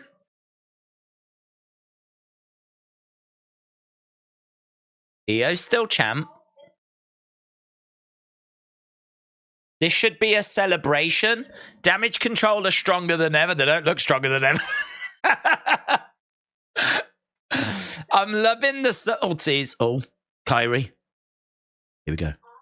I respect you as a leader. As a leader of damage control. I forgive you. Ooh, this is good. I don't know where we're going. It's great. Every word is like hug it out is the chant, and they are hugging. Look at Bailey's face.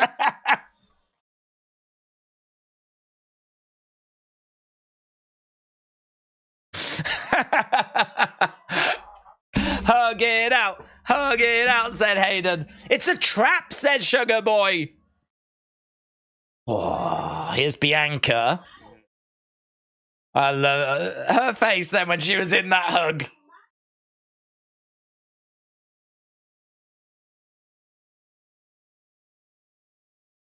Oh, Bianca. I like Bianca, but Moni.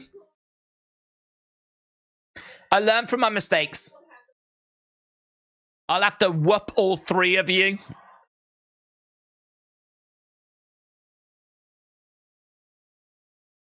No one likes a sore loser. Yeah, but a lot of people don't like damage control, says Bianca. That's going to bring out some supports. One of the supports is Charlotte Flair. We haven't done Charlotte Bianca yet, have we? We've got to do that match. Bianca, Charlotte. Who else is coming out? Asuka. We need another one. Woo! The crowd are wooing her. She looks great. That's a great robe. She's getting a great reaction. I think she's quite surprised, actually. Who else was upset about Kyrie joining damage control? Asuka was. Former Kabuki Warrior partners. I don't think she'll be upset with Kyrie. That'll be interesting though. Oh, let's see what she's got to say.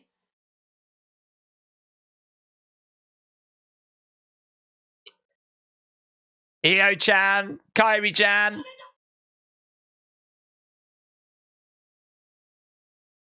She is like she's still got that final boss feel to me, Asuka.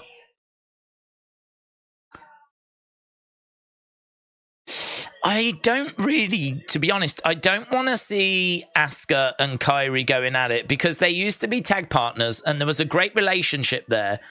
And the last time they were on screen with each other, they were tag partners. So Asuka now to just not care. I think I would much rather Asuka say, I don't have a problem with you, Kairi. I think you've made the wrong decision, but I don't have any issue with you. I think I'd like to see something like that, rather than just, I'm going to mess you up now. I think we're very good with the details. I think there's some really good stuff that WWE do. That just seems like a little oversight to me. You know, why have we not had a little Asuka Kairi moment where Asuka's can't believe that Kairi's back? Why didn't you call me? Where have you been? Like, we haven't had any of that. Oh, God, that's cool. That's cool. Look at Dragon Lee's entrance, man. There's a sick dragon on the screen, and then his mouth is open, and that's what Dragon Lee walks out of. That looks great. He's got a great Titantron. That looks great. Dragon Lee making his way down. We haven't seen much of Dragon Lee, but he's going to be in action next, taking on Cedric Alexander. I'd like to see him joining up with maybe Santos. He's a face, though, isn't he? He'd have to turn heel if he was going to do that. Oh, my God. There's too much to talk about. There's too many talking points tonight. Don't even know where to begin. I'll tell you where we're going to begin. We're going to begin in the chat with Mitchell. He said, surely in a War Games match, Asuka, Kairi, Io team up. I think we've got a heel group incoming, and I'm all for it. Well, it's not looking that way at the moment, unless there's going to be a serious swerve where Asuka's... I mean, that bugs me. I don't mind Asuka and Io going against each other. There's no history there. I mean, there is outside of WWE, but we don't need to know about that. Anything that happened outside of WWE might as well have not happened, right? But so that doesn't bother me. But last time we saw Kairi, she was in Kabuki Warriors with Asuka, and I think Asuka was in the ring wrestling, and the distraction was Kairi being beaten up. So there is a very strong relationship in WWE with Asuka and Kairi, and for us to not really acknowledge that or do anything with that does feel like a big oversight. It's just an annoying thing that we haven't, you know, it'd be so easy to have done something. So easy to have done something. We easily could have just done a little couple of minute segment with Asuka and Kairi, where Asuka tried to have a word with Kairi, and Kairi just looks at her and says, like, you know, I'm different now, and walks off. Could have easily done that. So I don't know that it is going to go to Asuka, Kairi, Io. I mean, maybe we do get that group eventually at some point, but I don't know that it's going to go that way for Survivor Series, unless there's going to be a real pivot. And actually, I thought Dakota coming out with Io and Kairi, I thought was very interesting, because it felt like it might be Bayley and Dakota on one side, and it might be Io, Kairi on the other side. But they didn't have Dakota come out with Bayley. They had Dakota come out with Io and Kairi, which sort of suggests that they're all on the same page, and it's only Bayley that isn't. So I'm starting to look at it now thinking, is Dakota actually going to be with them if there is a split? Interesting. It's interesting. I love that Dragon Lee entrance as well. I know we touched on it, but... Oh, man, we eating good, aren't we? We eating goods. It's like Clash at the Castle, but with Charlotte instead of Alexa, says Callum. Suzanne said, Days, is that Taylor Swift? It looks like it. It is Taylor Swift. There's a cutout competition that's running on the channel. There was a little short that went out about 4 or 5 days ago. I think you've still got time to enter it, because I haven't picked the winner yet. The winner, I think, gets selected tomorrow. All the details are in that short. So it was just a company that got in touch with me that make WWE standees, and they were like, do you want to do this competition, and we'll send you one to use in the video? And I was like, all right. So yes, I went on their website and I selected a couple just to pop in the background, and And I'm probably going to... It does actually provide a bit of decoration in the background. So I'm thinking of adding a couple more, actually. Rather than taking them away when this competition ends, I'll probably chuck some more on, because I think they've been quite good. And Cody is hiding behind me. But I could probably do with one in between Cody. To be honest, I need to get the Christmas tree in.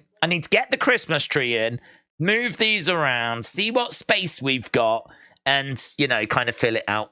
I don't want to fill it too much, but yeah, you know, we could play around with it.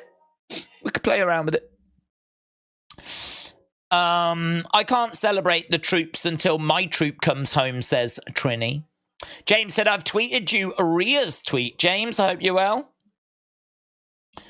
Where is Rhea's tweet? Rhea says, at this point, Rey Mysterio, I think you might be the problem. That's a good tweet, that is.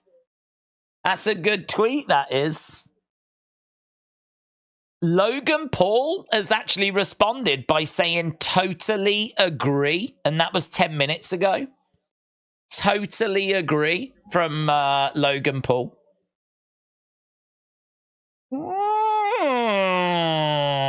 It's good, isn't it? That's good. Right, we are underway then with Dragon Lee and Cedric Alexander, and we are 12 minutes away from the halfway point. Defcon Prime said, do they have pork chop cash? ? That's a day's joke circa 2019. It is. That pork chop cash was someone we hadn't heard of. It was a sign, wasn't it, in the crowd? Wasn't it by, like, the Blues Brothers? Do you remember them? I'm sure they were the ones that were holding the sign. There was these two guys that were dressed like the Blues Brothers. And Pork Chop Cash was someone I'd not seen. But he has actually appeared in WWE. There, look, Pork Chop Cash. WWF. 76 years old. This is why I think they were dressed as the Blues Brothers, because he was in a group, I think the Bruise Brothers. So he must have been in Memphis. He must be like a hero in the Memphis area. But, yeah. Pork Chop Cash. This is him. This is the dude. This is the guy. He's a real wrestler. And there he is in a match with the Ultimate Warrior. Look. Such a weird name, isn't it? Pork Chop Cash. We first heard about him from a sign that someone was holding up in the crowds. I think it was like Pork Chop Cash for Hall of Fame or something. That's old now, isn't it? That is a long time ago. Dragon Lee goes over the top, comes crashing down onto Cedric Alexander. The Pork Chop Cash was a sign. I would get his standee, said Defcon Friday. Oh, yeah, no, there's sadly no Pork Chop Cash cut out standees. I mean, it is, I would get one as well. It would be their bestseller.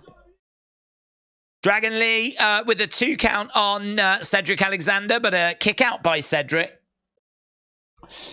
Yeah, maybe we should send a petition over to them that they get Pork Chop Cash. Could you imagine that? If they introduce Pork Chop Cash cutouts into their range just because of us. I feel like we could use our power for something. I don't know if that's the right thing. Whoa! Cedric Alexander hurling Dragon Lee into the corner. He goes crashing down. Wasn't that from the Blue Crew people? I don't know. I just remember them being Blues Brothers in suits. But I don't know. I don't know if they're Blue Crew. Is that what they're known as? Are they known? I don't even think I've ever seen them before. Or since. I remember I think we saw the sign first, and then we noticed they were in suits and they looked like they were dressed like the Blues Brothers. My guess, because Pork Chop Cash is big in Memphis, is we must have been in Memphis. Shots coming in by Dragon Lee. Whoa, big boot to the head there by Cedric. Cedric against the ropes, into a German. Dragon Lee with a kick coming in. Cedric back up to his feet. Dragon Lee against the ropes. Oh, like a Spanish fly type move, and I've no idea who got the better of it. I think it was Cedric. Let's have a little look here. So Dragon Lee goes against the ropes into a Spanish fly. He gets planted with Cedric landing on top of him. Cedric, this is awesome chant from the crowd, you know. Who expected that? Cedric Alexander, Dragon Lee to get a "This is awesome" chant. Cedric can go, man. I mean, I remember in the Cruiserweight Classic, he had this great match and the crowd were chanting "Sign him, Triple H" or something. Because the belief was that a lot of these people hadn't been signed. I don't actually know if they had or hadn't. But it was a great match. I think it might have been against Kota Ibushi. But the crowd were chanting "Sign him, Triple H." And Triple H, after the match, came walking out, grabbed Cedric's arm, held it up, pointed, and he was like, "I hear you. I hear you." And Cedric was then signed. And, you know, they gave him a little bit of a push, but... And he's still there, isn't he? In all fairness. So he is definitely capable. He is definitely capable of banging matches. We just don't get a chance to see him very often. But he's put on a great little contest there with Dragon Lee. Dragon Lee picks up the victory.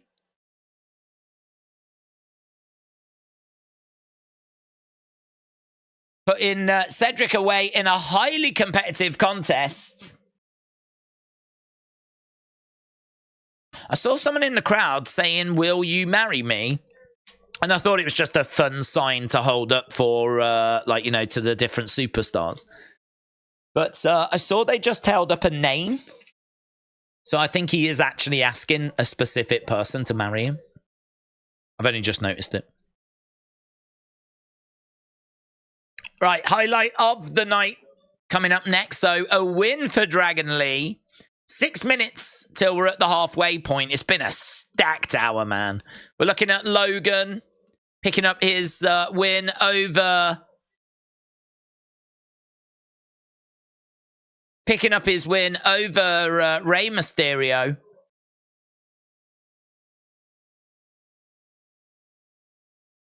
Cedric's a good worker and solid, but he lacks the it factor, said Trini. And the crowd agrees, because they don't react to him like they do for others.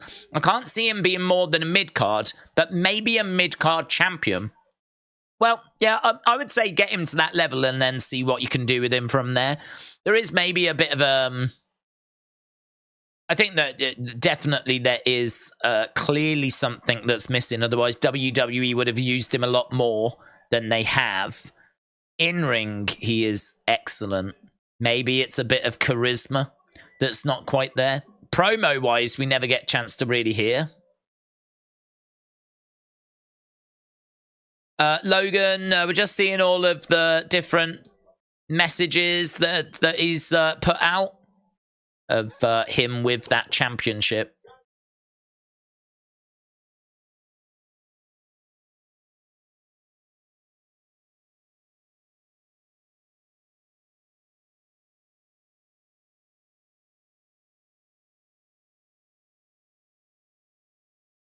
They're showing off some of these NFL championships. I don't know why anyone would buy these, to be honest. They don't mean anything. If I was a football fan, why would I be buying a wrestling belt with my team on it? Like, I'm a Man United fan. Would I buy a wrestling belt with Man United on it? No, it doesn't mean anything. I don't know why I would do that. Just a fun, quirky memento, maybe, but I can't imagine they're fun, quirky prices. You know? Maybe if it was a fun, quirky $20, then maybe you'd do it, but flip it now. I've got to think those things are easily in the hundreds, so... don't know. Perhaps it's a big hit. Order a Man United WWE belt. It's the only championship they're going to win, said Davids. Dark Angel said, they're the ugliest things I've ever seen. Zoom Station said, sorry, no Jacksonville belts. Have they actually got them up? Because they said the reason why they didn't have them before was because they sold out. And that's why they weren't on the site. Now, let's have a little look, actually. That's a good point. Have they come back in stock yet? Let's have a look and see. We've got a holiday. The weather outside is frightful. Is it Black Friday as well, by the way? Today? Is it Black Friday today? These aren't Black Friday prices, though, are they? Well, hang on. It is Black Friday in the UK, if it's today. So let's just go here and go to Euroshop. 20% off. No? There's no Black Friday stuff here. Maybe it's not this week. Perhaps it's next week. Don't know. I know it's coming soon.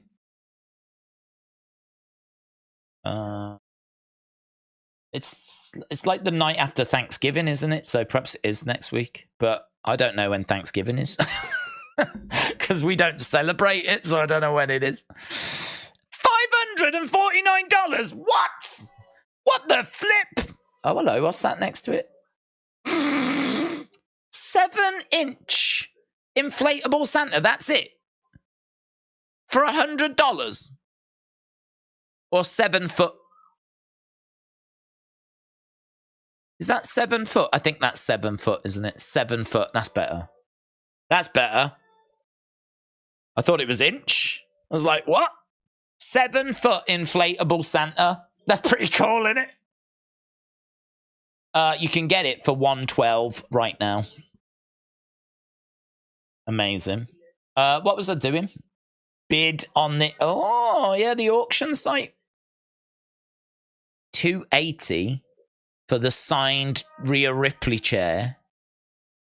Signed Gunther Intercontinental belt, currently at 500s. Signed Paul Heyman, 185. Signed LA Knight for 105. Signed LA Knight baseball. Signed Hogan thing. Oh, look at all this. Look at all this. LA Knight is making his way down to the ring. Oh, okay. What was I doing? I wanted to look at belts. Belts. I want Dallas Cowboys is top. I want Jacksonville Jaguars. That's what I wanted to know. Jacksonville. Your search for Jacksonville didn't reach any results. There might be a better way of getting to the NFL stuff. Can I search Dallas Cowboys legacy title belt?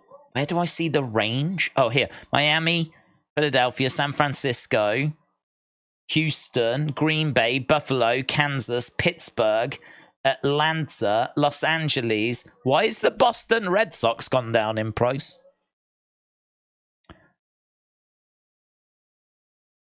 Legacy title. Legacy title? Ah, yeah, baby. 35 here. Dallas, Philadelphia, San Francisco, New York, Tampa Bay, Pittsburgh, Kansas, Green Bay, Shawn Michaels. It's nice. John Cena, Washington, Minnesota, Miami, Chicago, Indianapolis, Baltimore, Detroit, Buffalo Bills, New York, Las Vegas, Atlanta, Carolina, Seattle, New Orleans, Los Angeles, Cincinnati, Los Angeles, Cleveland Browns, Tennessee, Denver, New England, Arizona. But that's it. That's it. No Jacksonville.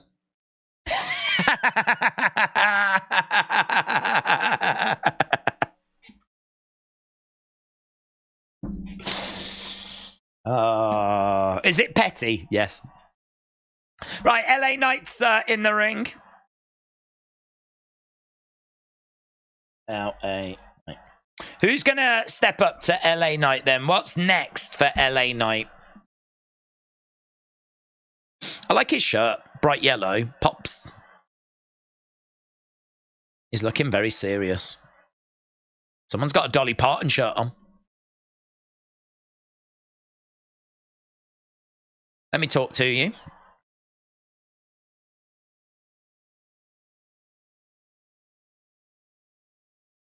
Crown Jewel didn't go exactly as I hoped.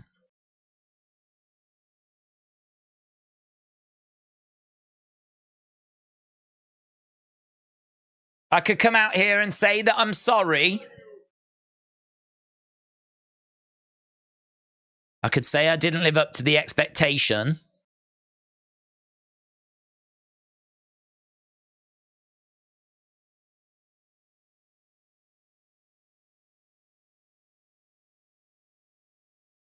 Yes, you did, chant. It's not a chant we hear, is it?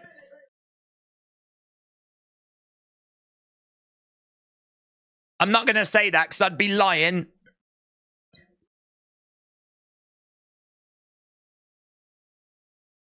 I took Roman Reigns to within an inch of that WWE Championship.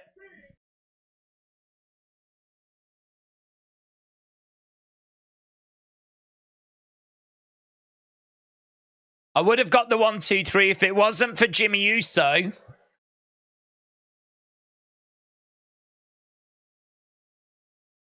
I got robbed, says LA Knight.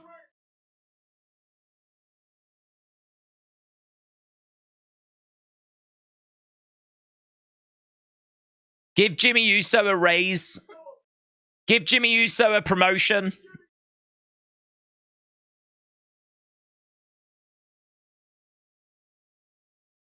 If he wasn't there, you're looking at a new WWE champion.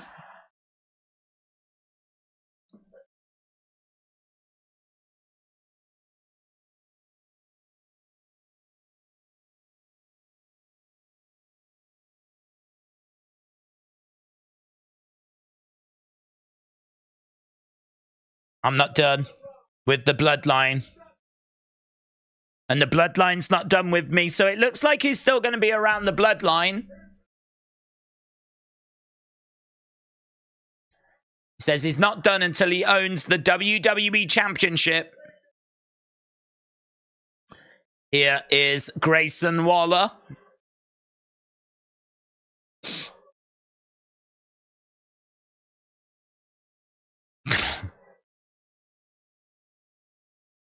Grayson Waller comes out, the crowd are booing, he's got a big smile on his face.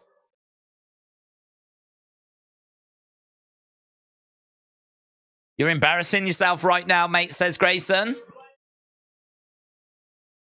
You're blaming everyone but yourself. You need a bit of honesty. The truth is, you know it and these flops know it. Maybe you're just not the guy. I know someone that's the guy. Kangaroo jackass. LA Knight calls Grayson Waller.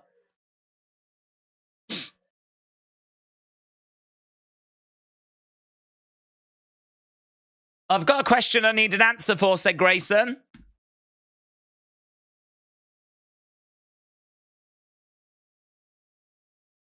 Do you really think that you belong in the ring with Roman Reigns?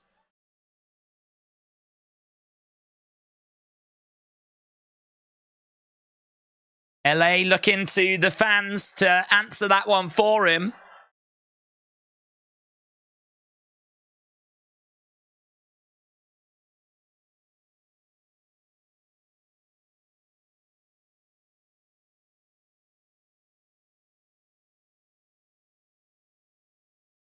The Grayson Waller effect.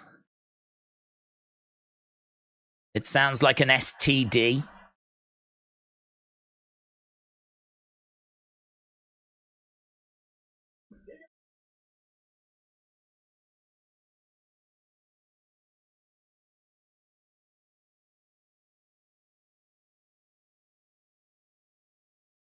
But why would you ask LA Knight a yes or no question, says her. LA Knight shirt is like Hogan shirt in the 80s and the 90s, says Jobson.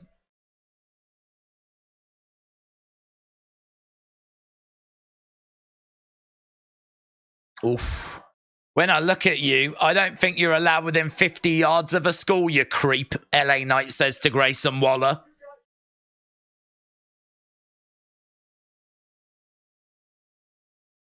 That's a lovely little zinger, isn't it? You can take the boy out the mother's basement, but you can't take the mother's basement out of the boy.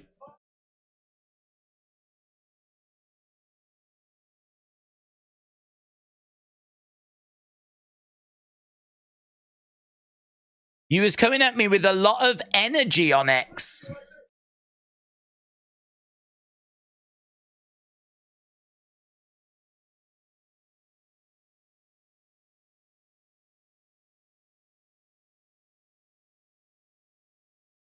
You found yourself in here with a very angry...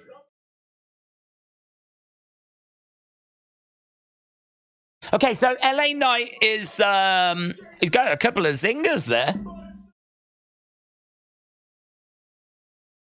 Shot coming in there by LA Knight. He grabs Grayson Waller, throws him over the top. I think they'd already announced that we're getting LA and Grayson Waller before. So these two facing off in a match isn't a surprise. I don't know why they've done it this way.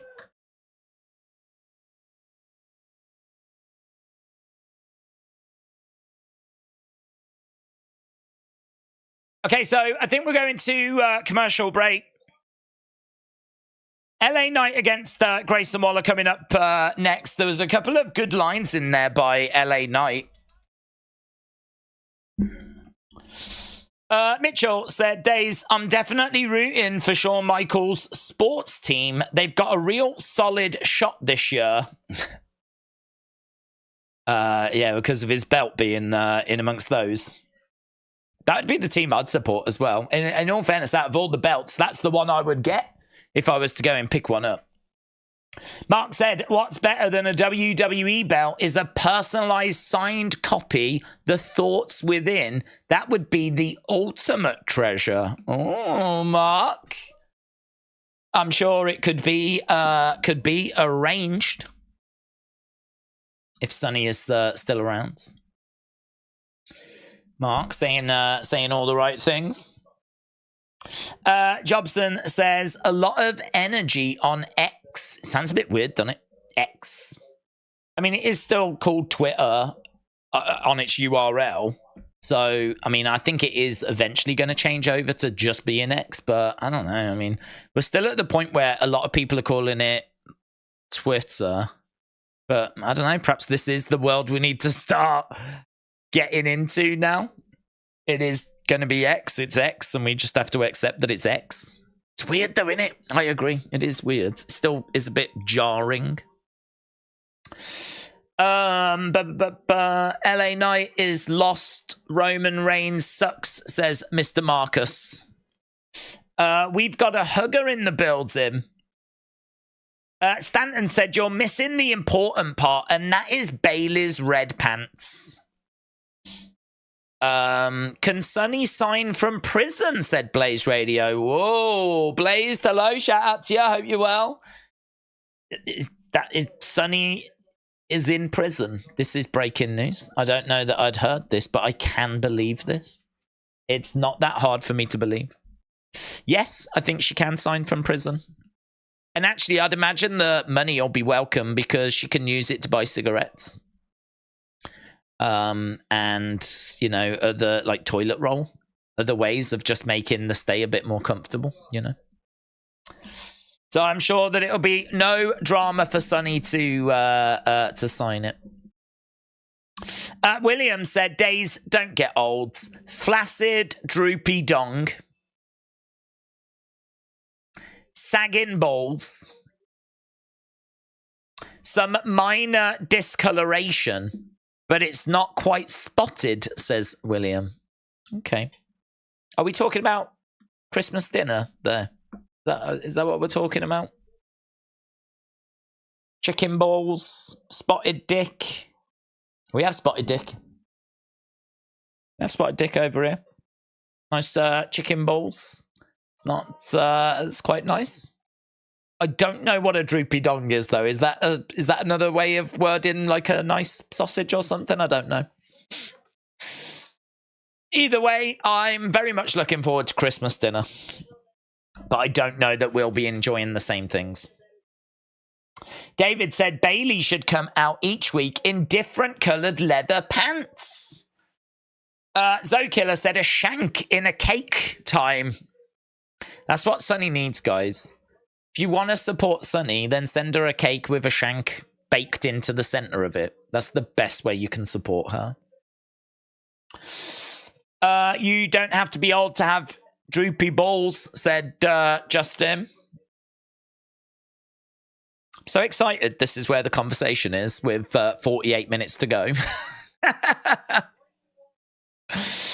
Dark Angel said the former valet Sunny's real name is Tammy Lynn Sitch. Oh, do you reckon that's the Sunny? Could you imagine if that is the Sunny in this community? It was Sunny all along. Wow. Hayden said WWE Elimination Chamber comes to Australia next year on February 24th, 2004. Okay, we are underway with Grayson Waller and LA Knight. Whoa. Grayson gets up and then pulled straight back down again.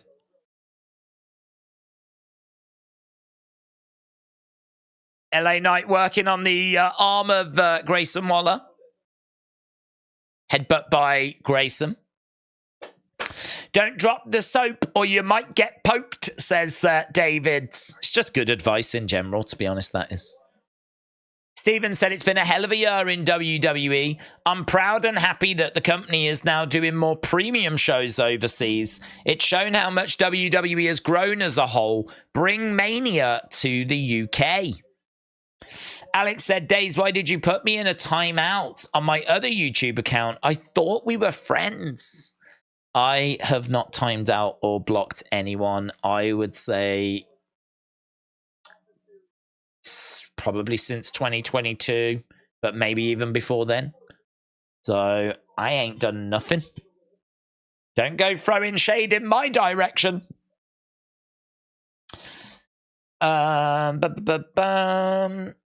Bailey has got them cakes, said Justin.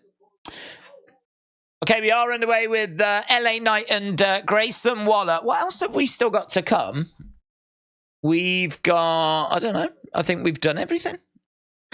Have we announced the main event for tonight? What's our main event? Oh, the 6-person tag. Oh, that's what we've got. Asuka, Bianca, Charlotte against Damage Control, which is going to be Bailey, Kyrie, and Io. So that's going to be, I'm guessing, our main event tonight.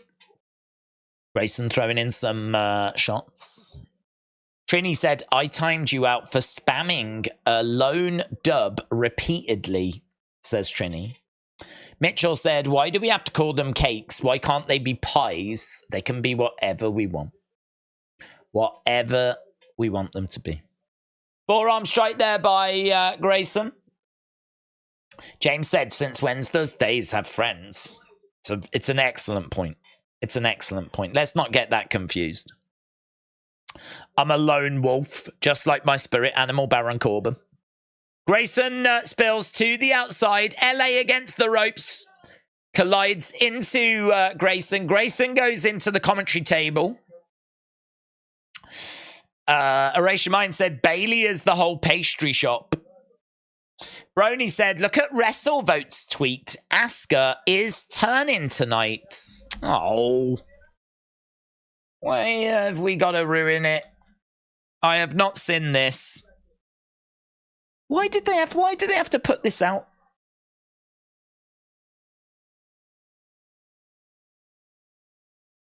Yeah, that sucks. That really sucks from WrestleVotes. What's the point in that? Why can't they put that out after the show or something?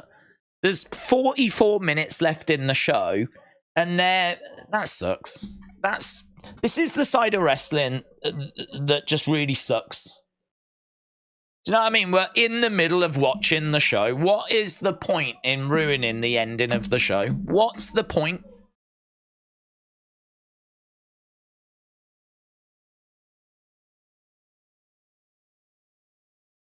There's too many sparkles, says Kevin Owens.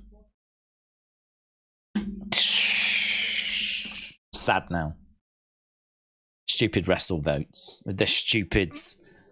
So what if they found a bit? Why couldn't they just wait? I mean, I suppose that's the world, isn't it? If they waited and someone else got the information and got the jump, then if they post the information, it's going to be old news, but I hate them now. Bailey gets kicked out. Asuka will join. They just want attention, says Miggy. Who do you think will be... I think my feelings on it are that if someone has signed with WWE or someone's returning soon and it's not happened or it's like, you know, still a way off happening, I understand that that's going to be a hard thing to not spoil, right? If you've got like weeks or months and you've got this information that Kyrie has re-signed or something. But if it's something that is potentially connected to the show that you are actually watching or is just about to watch, I really don't understand the benefit of posting something just to show that you knew it half an hour before it actually happens. Can you not find other news that's a little bit more further out? You know?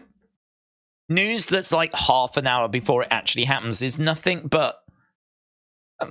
so if Asuka turns now, what's our reaction going to be? Oh.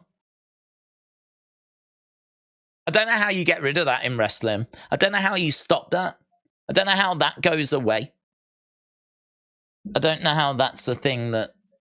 But it doesn't...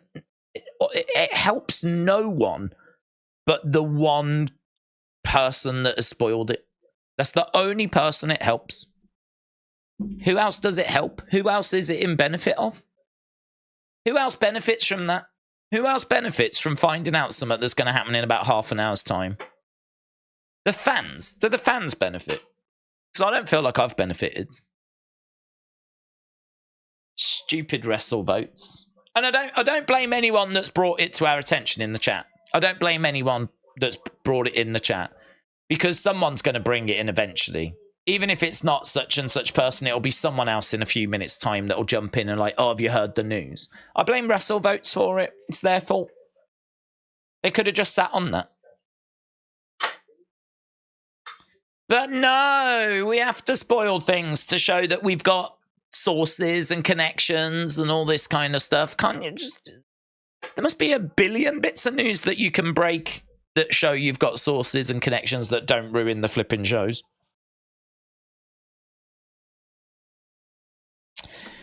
Oh, well. We're back. We are back. WrestleVotes is a grade bellend for spoiling that. Desperate for clout. I mean, I can understand that they want to show that they have got sources. But to be honest, I think WrestleVotes have put out some really good stuff that has been weeks or months in advance, which has proven to gone that way. And I don't look at WrestleVotes as someone that I don't believe doesn't have sources, if you will. Like, I don't think they just make it, set it home and make it up. So this doesn't really achieve anything other than just make me go, well, if that's the way that this is going to go, all you've done is ruin it. And do you know what, actually? I've seen a couple of responses to WrestleVotes where people have said, thanks for spoiling that. So I don't think we're the only ones that are disappointed that that news has got out there. I think that's a misstep, to be honest. I wonder if they were like, oh, should I or shouldn't I post that? I wonder if that did cross their mind at all.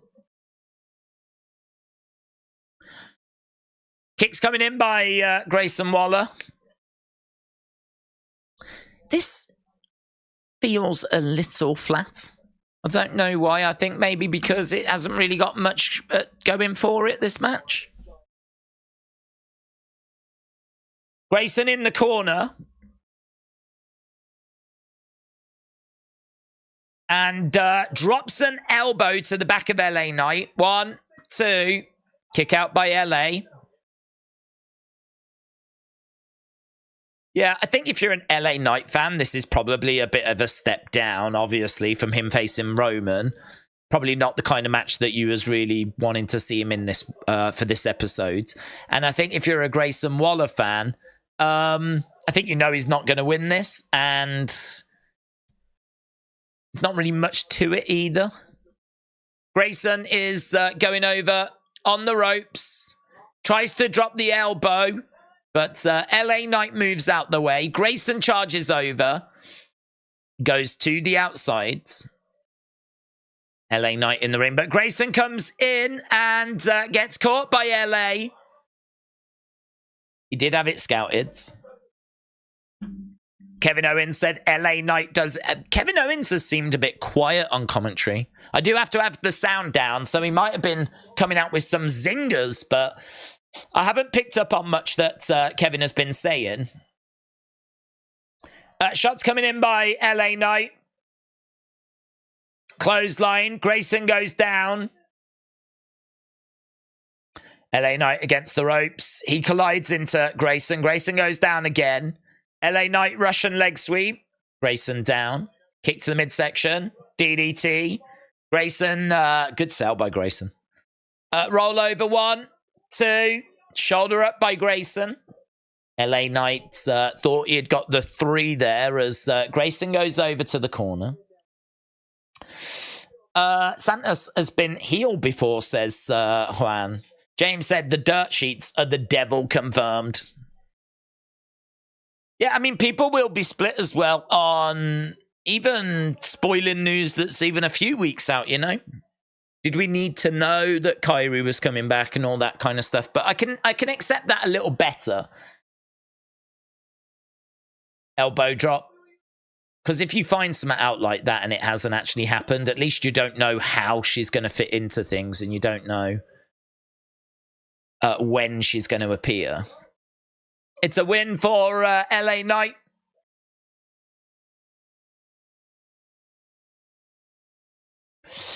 LA Knight wins. Yes. LA Knight wins, said Hayden. Okay, we've got LA Knight in the corner, looking out at the fans. We're just getting a little replay. We've got 36 minutes to go. Think about Bayley's pants. You'll feel better, said Stanton. I didn't think Bayley's pants were that great this week, to be honest. I think, do you remember when she was wearing those shorts? I can't remember what show that was.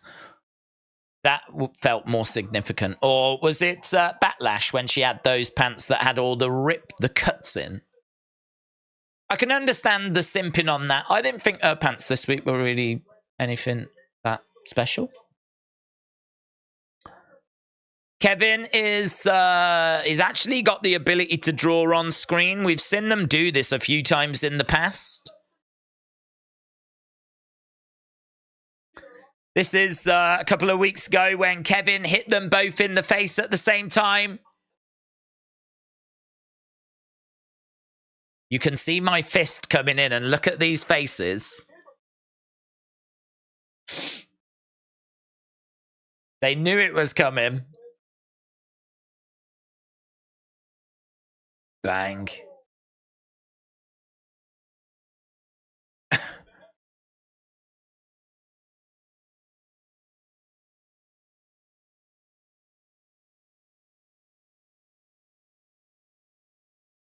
They're looking very unhappy, but this is what they should look like because Kevin delivered and he's drawn a couple of happy faces over their faces.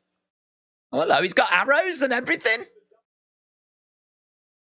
Right, backstage, there's Asuka, Bianca, and Charlotte.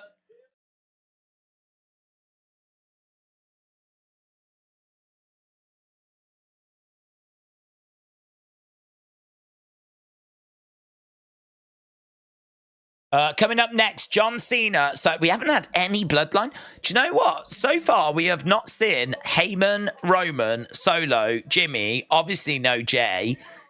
When was the last time we had nothing bloodline on the show? Wow, maybe that's why it feels so different and refreshing. This could be the first time in forever that we've had no bloodline on the show at all. That'd be great, wouldn't it? Where's Shotzi? Said Ernest. She's been doing some stuff with Scarlett. They were both hosting NXT the other week. Chris said this show is a 10. James said, and the show has been way better for it. Calvin said, where was Theory? Don't know. He normally comes out with Grayson, but he wasn't there, was he? It might be an AEW fan reporting spoilers, says Inside Out and Again. Well, that came from WrestleVotes. They're not really a fan. They're just a source, aren't they?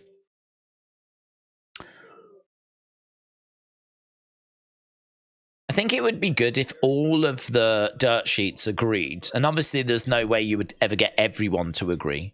But if they agreed, anything that affects a show that is actually airing live at that point, you don't put anything out. If like Sean and WrestleVotes and House of Wrestling and Ringside and Meltzer and all your key ones, you know, Better Wrestling Experience, if they were all to come to an agreement saying we won't put anything out regarding a show that is actually airing, but then you'd have people like getting around it. WrestleVotes might be like, well, I don't know that that's going to happen on this show. So then you might get people getting like around it that way. It's something that I don't think it will change. The best way of changing it is whoever's leaking this information, stop it. Stop it. Stop leaking it. Shut up. They should sign an oath of silence. If we find out that you've been leaking this information, you're out of there. Mitchell said, can I request a poll? Pizza or spaghetti?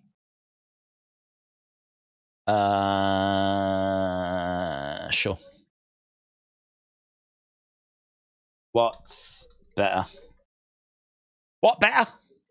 I'm not even going to put what's. I'm going to put what. What better? Pizza or Getty? So it made me tickle. Made me laugh. Pizza or Getty? What's better? What better? Pizza or Getty? Eh? What better? What better? Pizza or Getty? King Yeti said, am I the only one that thinks LA Knight's theme doesn't fit him? No. I think you could have better. I think his whole presentation could be a little better, to be honest. Don't really know quite what his presentation is. I think it's like an LA... I don't know, I think you could play into the LA thing a bit more. Couldn't you? Yeah. It feels like a very generic theme. It could be better. I think his Titantron could be a little... I don't mind his logo, him in the shades. But I don't know what's in the background. It's kind of like dark and grey and a few blues. Couldn't you go with like nice, colourful LA kind of a, you know, sunshine in LA, Los Angeles kind of cityscape type thing? I don't know. Not really thought about it, to be honest. But yeah, I think it could be better. I think he is someone that was brought in as like a steady hand. So I don't think there was like tons of thought that really went into his theme. Whereas now he's found himself near the top of the card. I think you could improve it, yeah. You could give him like a bigger, more epic sounding theme. LA's Knight's theme is based off Dr. Dre stuff. And the quote with everybody saying is from Let Me Ride, which is a song from Dre. Oh, well then could we lean into that? Could we get Dre at WrestleMania or something?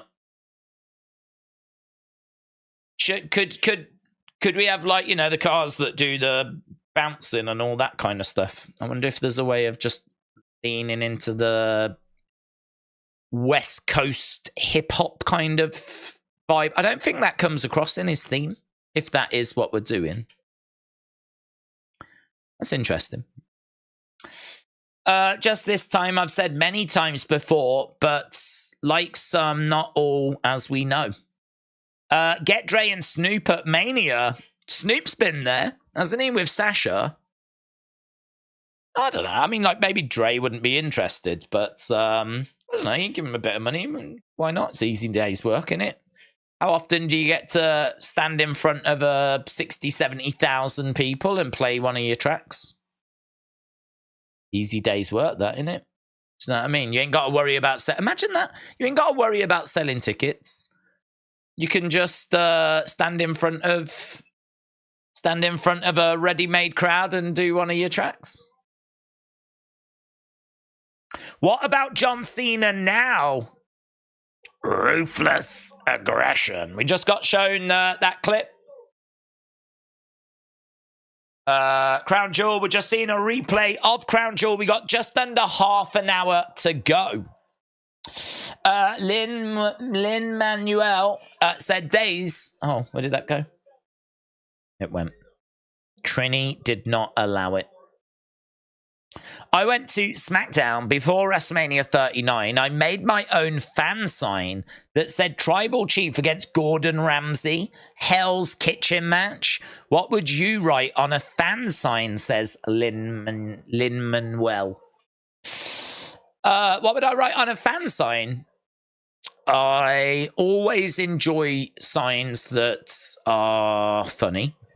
So I wouldn't put something like, Gunther or Sami Zayn on it.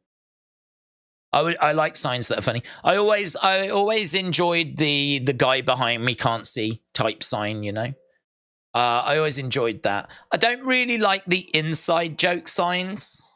There's a lot of you see a lot of these video game references, which I think might have something to do with Botchamania, who shows them on during Botchamania. I don't find them interesting or funny. I think it's a little inside joke thing.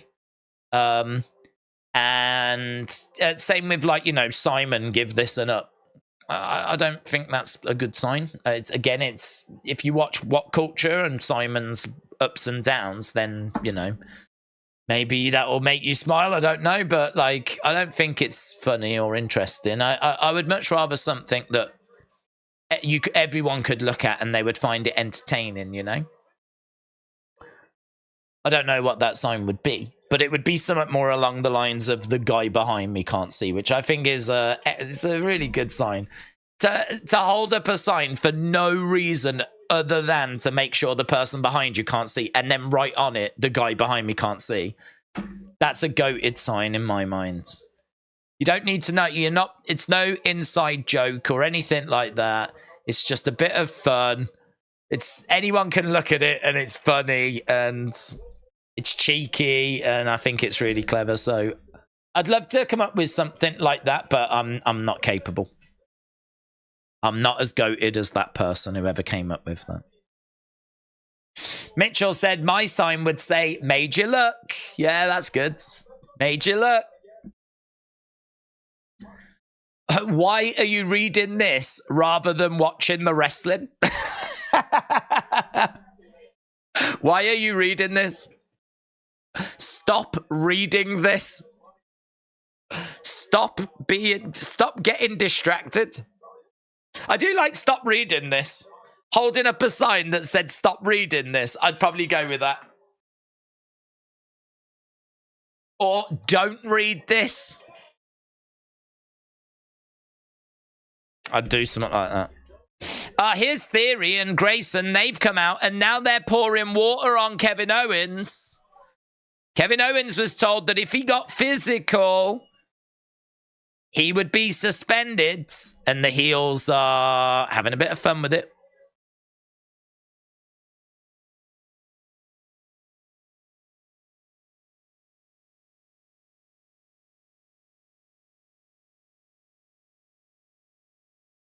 I've got to go and get suspended.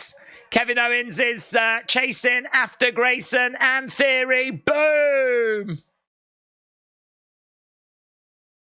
Kevin Owens unloading on Austin Theory, chucking Theory into the ring. Kick to the midsection, looking for a stunner, but he doesn't get it. He was looking for a stunner, though.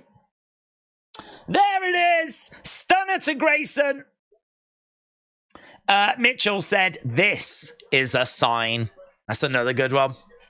That's another good one. What? Or just sign? Sign.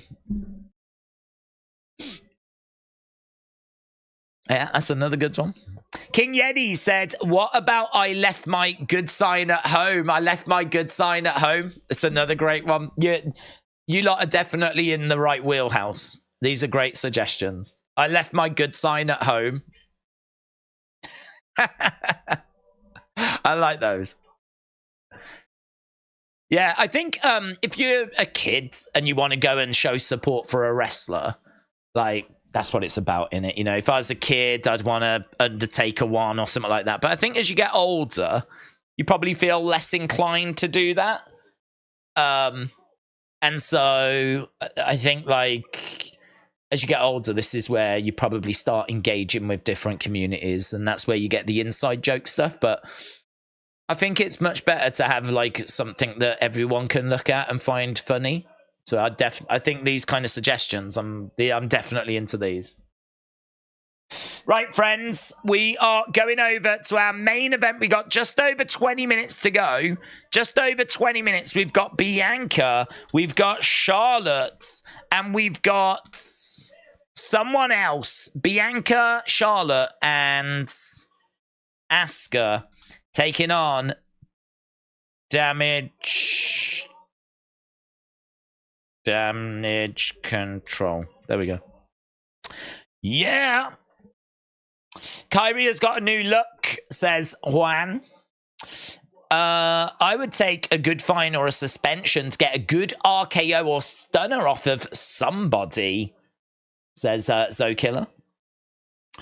They sometimes say when they join a group or leave. Jobson said cheap seats suck sign would be good.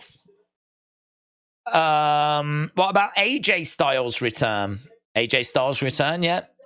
So he wasn't, I don't believe he was actually obviously injured or anything. I think he's just been taking a bit of time off. Maybe he could return to go after Bloodline. Perhaps you could do LA Knight and AJ to go after Jimmy and Solo. I mean, LA Knight definitely has got issue with Jimmy. He definitely needs to get some payback there. And he said he's not done with the Bloodline. So LA Knight and someone, he needs a partner if he's going to go up against Solo and Jimmy. Maybe AJ can be that partner. Maybe Randy could be that partner because Randy has also got issue with the Bloodline. Doubt they will let in, but assign Tony Khan feared for his life. Yeah, I don't know. Do you know what? I don't know if they would let that in or not, to be honest. I don't know. I don't know that people that check would even know. The people that check, would they even know what certain signs mean? I don't know. Who's going to take that away? I think you'd probably show it first and then someone would take it away. But I don't know that they would get to it before you showed it. I don't actually know how that... I've never took a sign to a show, so... when you go in, does someone check your signs? To just make sure there's no obvious swear words or anything? How do we not get signs of swear words thinking about it? How has no one held up a sign that's got the F word written in big letters? I'm not saying that I want that. I'm just saying, how have we always managed to avoid that? I don't remember that ever happening. With the F words. You know? Or any other swear words. The C words. I don't know how we've avoided that. Is it just that no one's done it? Or is it that there is a good procedure in place to make sure signs are being checked? James said it's because I've not been to a show. Yeah, oh God, you would. You would, definitely. If anyone's taking swear word signs, it's definitely you. Tony fears Vince. That would be a great sign. Tony fears Vince. That would be a great sign. Again, would it be allowed? Would someone come over and take it away, or would they? Or would the people in the back be like, "Fair play"? Yeah, I don't know. Would I think Vince Fear? Have I seen a Vince Fear's Tony sign on AEW? I might have, Might have. Thinking about it the other way around, I might have seen that on AEW. But I pay money to not get kicked out, says Miguel. Oh, here's Jimmy.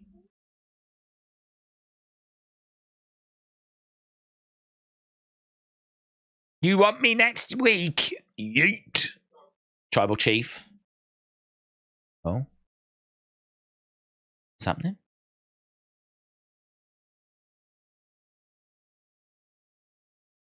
Interesting. Okay.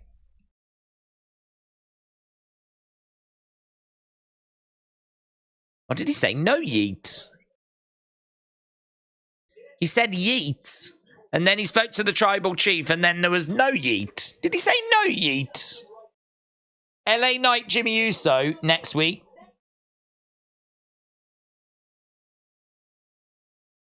Well, it was a little backstage thing. I was, no yeeting. Is that what he said? Do you reckon he called him up, tribal chief? Don't yeet. Oh, okay, sorry, thank you. No yeet. Okay, here is Kyrie, Io, Bailey. Dakota is with them. Yeet is played out already, said Blazed. No yeeting, said Lone Star Friends. Tony Khan as a special announcement would be my sign, said Defcon Prime. Yes, that's also very good. No yeeting sign. No yeeting. I tell you what, honestly, I think there's some fantastic sign suggestions in the community. I love all these. My sign would be enough with the yeets. No yeeting. Tony Khan fears the women's division, said James. Here's Asuka making her way down.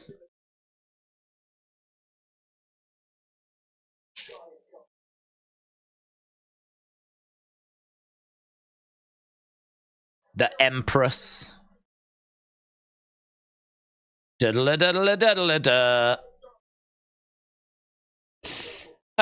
I need to see a Kojiko sign. Oh my god. Could you imagine a Kojiko sign? Could you imagine? People would read it, and then I feel like they would spend the rest of the show trying to figure out what the flip. They'd probably think it's White Rabbit Part 2. Wouldn't they? They'd probably read it, and they'd be like, what the... Is that white? Is that... Have I got to decode that? There'd be like all these millions of people around the world trying to work out what the hell is Kojiko's trying to say. It must be... It's so weird. It must be White Rabbit. Whilst our community is sat here going, oh, Kojiko, what you like, eh? Pyro for Charlotte as she makes her way down. Bow down to the queen. Blaze said, my sign would be green shirt guy stole my seat. Oh, that's good. That's good. That's good. Down with green shirt guy. Down with green shirt guy would be a good one. Yeah, green shirt guy stole my seat. That's good. My sign would be Meltzer Fears WWE, said Travis. That's great. See, these are so good. These are so good. I think these are so much better and more entertaining than, like, you know, some of the ones that we see.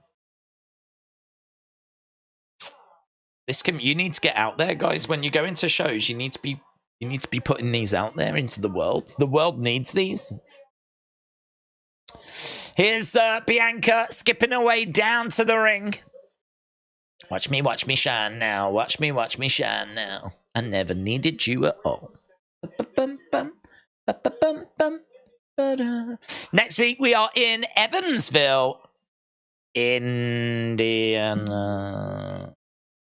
IN.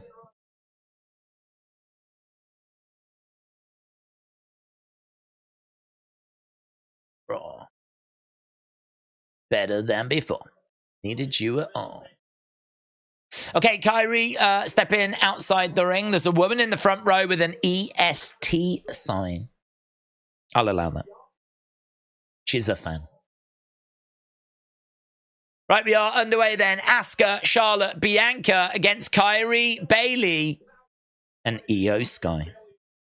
Evansville, Indiana next week for SmackDown. Yes. I think this has been a really strong episode. Really strong episodes.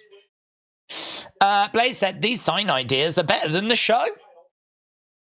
Blaze, shout out to you, man.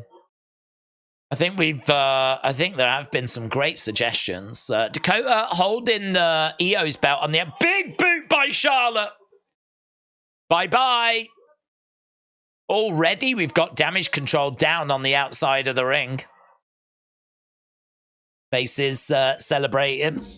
My sign would be the definition of the word imminent addressed to Brian. Yeah. Breaking news imminent, wasn't it? Like, wasn't that to do with the sale or something? And we waited and waited and waited and we're still waiting for this imminent breaking news. Very good. I would bring a sign in America that says, no one, and see what happens. You would bring a sign in America that says NON*E and see what happens. Well, I mean, if it's the actual words, I think you'd probably get, well, you'd certainly have the sign taken away. You'd have the sign taken away. I don't know if you would be kicked out as well, though, if you held up a sign that had like a swear word or a word like that on. I think you would. Do you know, I think that words has featured on signs in the past. I think it's been chanted in the past as well. It's like, it's funny how language... I don't know if it's language that changes or if it's just people... What becomes acceptable changes, you know? You wouldn't get away with a lot of the stuff that was going on in the Attitude Era now. That's just the truth. Just like how you wouldn't get away with a lot of the stuff that was happening kind of in the world in the 90s now, you know? I'm still convinced Bayley is going to get kicked out and join up with Charlotte and Bianca at War Games, said Macca Rice. It would suck to get kicked out over a sign. I brought 8.5 million shares from Vince sign. Very good. Topical. I like it. Very good, Blazed. Zoom Station said a kid says the job is awesome. Okay, kids, go home and you work it. Vince fears paralegals. That's a nice one, but that would definitely get removed. The sign's definitely getting removed, and I don't know if you're getting removed as well. Imminent sale sounds like a sign that you would hold up at Old Trafford, says Ian. Well, we're hoping. There is some movement on that, isn't there? I think he should get announced that he has bought a minority stake, but... That is football, and this is wrestling. We've got 10 minutes left of the show. 10 minutes left to go. Charlotte with a fall-away slam there to Io. She charges over. Io goes down. Charlotte trying to put on a figure four as Io goes back to the corner. Tags in Kyrie. Kyrie stepping into the ring. And Bianca... wants in. She tags in. Bianca comes over. Shoulder tackle. Imagine if you bring a sign that says Tony Khan's smile is creepy and then you got kicked out, says Bembo. Well, I don't know that you'd get kicked out for a Tony Khan sign unless there was a swear word in there. I think they would take the sign away. I don't know. It is an interesting one. I Am Famous said there was no WWE pay-per-view on Saturday or no UFC pay-per-view. Would you live stream Collision? Probably not. I would look to see what boxing there was.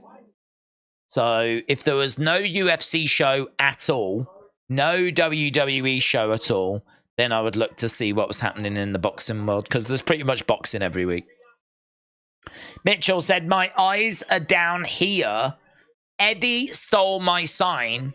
Call Roman Reigns. Show my sign. I hate commercials. I like that. I hate commercials. My arms hurt is excellent as well. Certainly if you're going to look pained in the face, like really commit to it.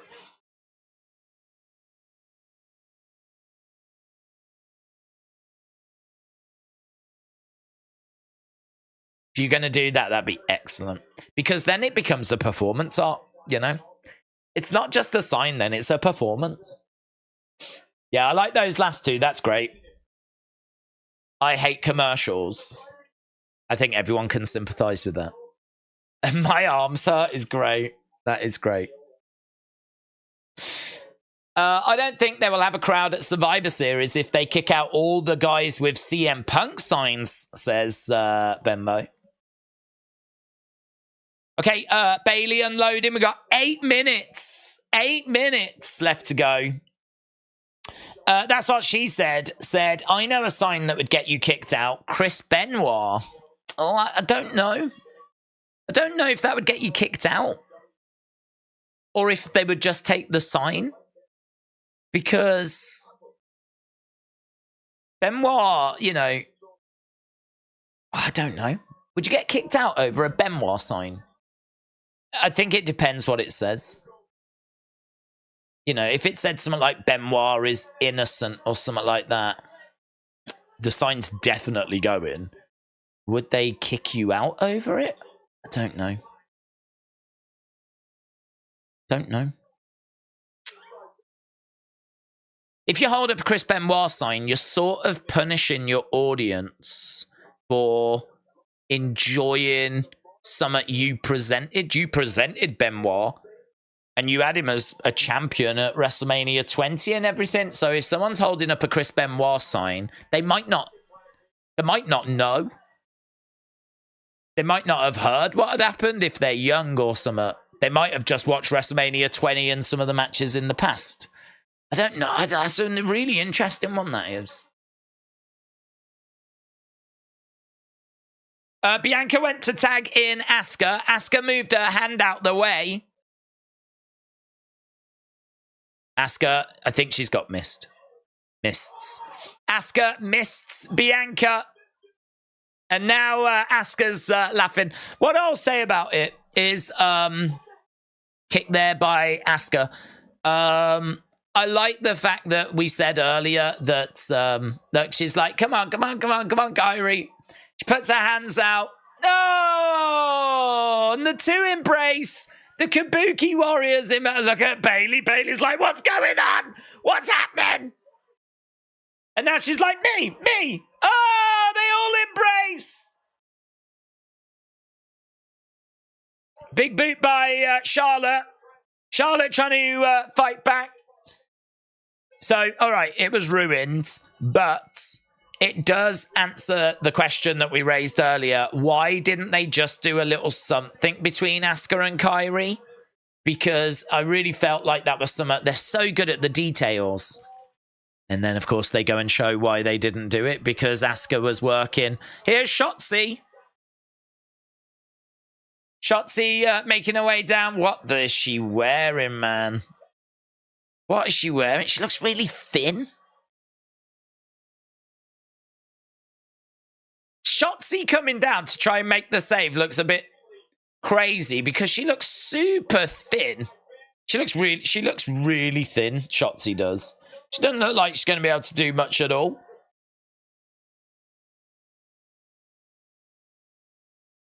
Is Moonsault. So it certainly looks like Shotzi is probably going to be part of the babyface team.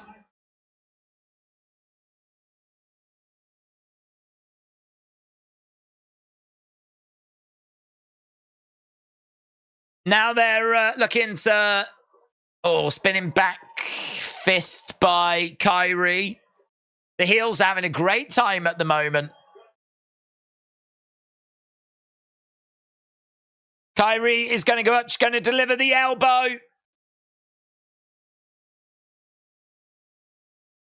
Bang. It's a brutal elbow. Charlotte's down. Bianca's down. Shotzi tried to help, and she's down. Need another couple of people to join up with the babyface team.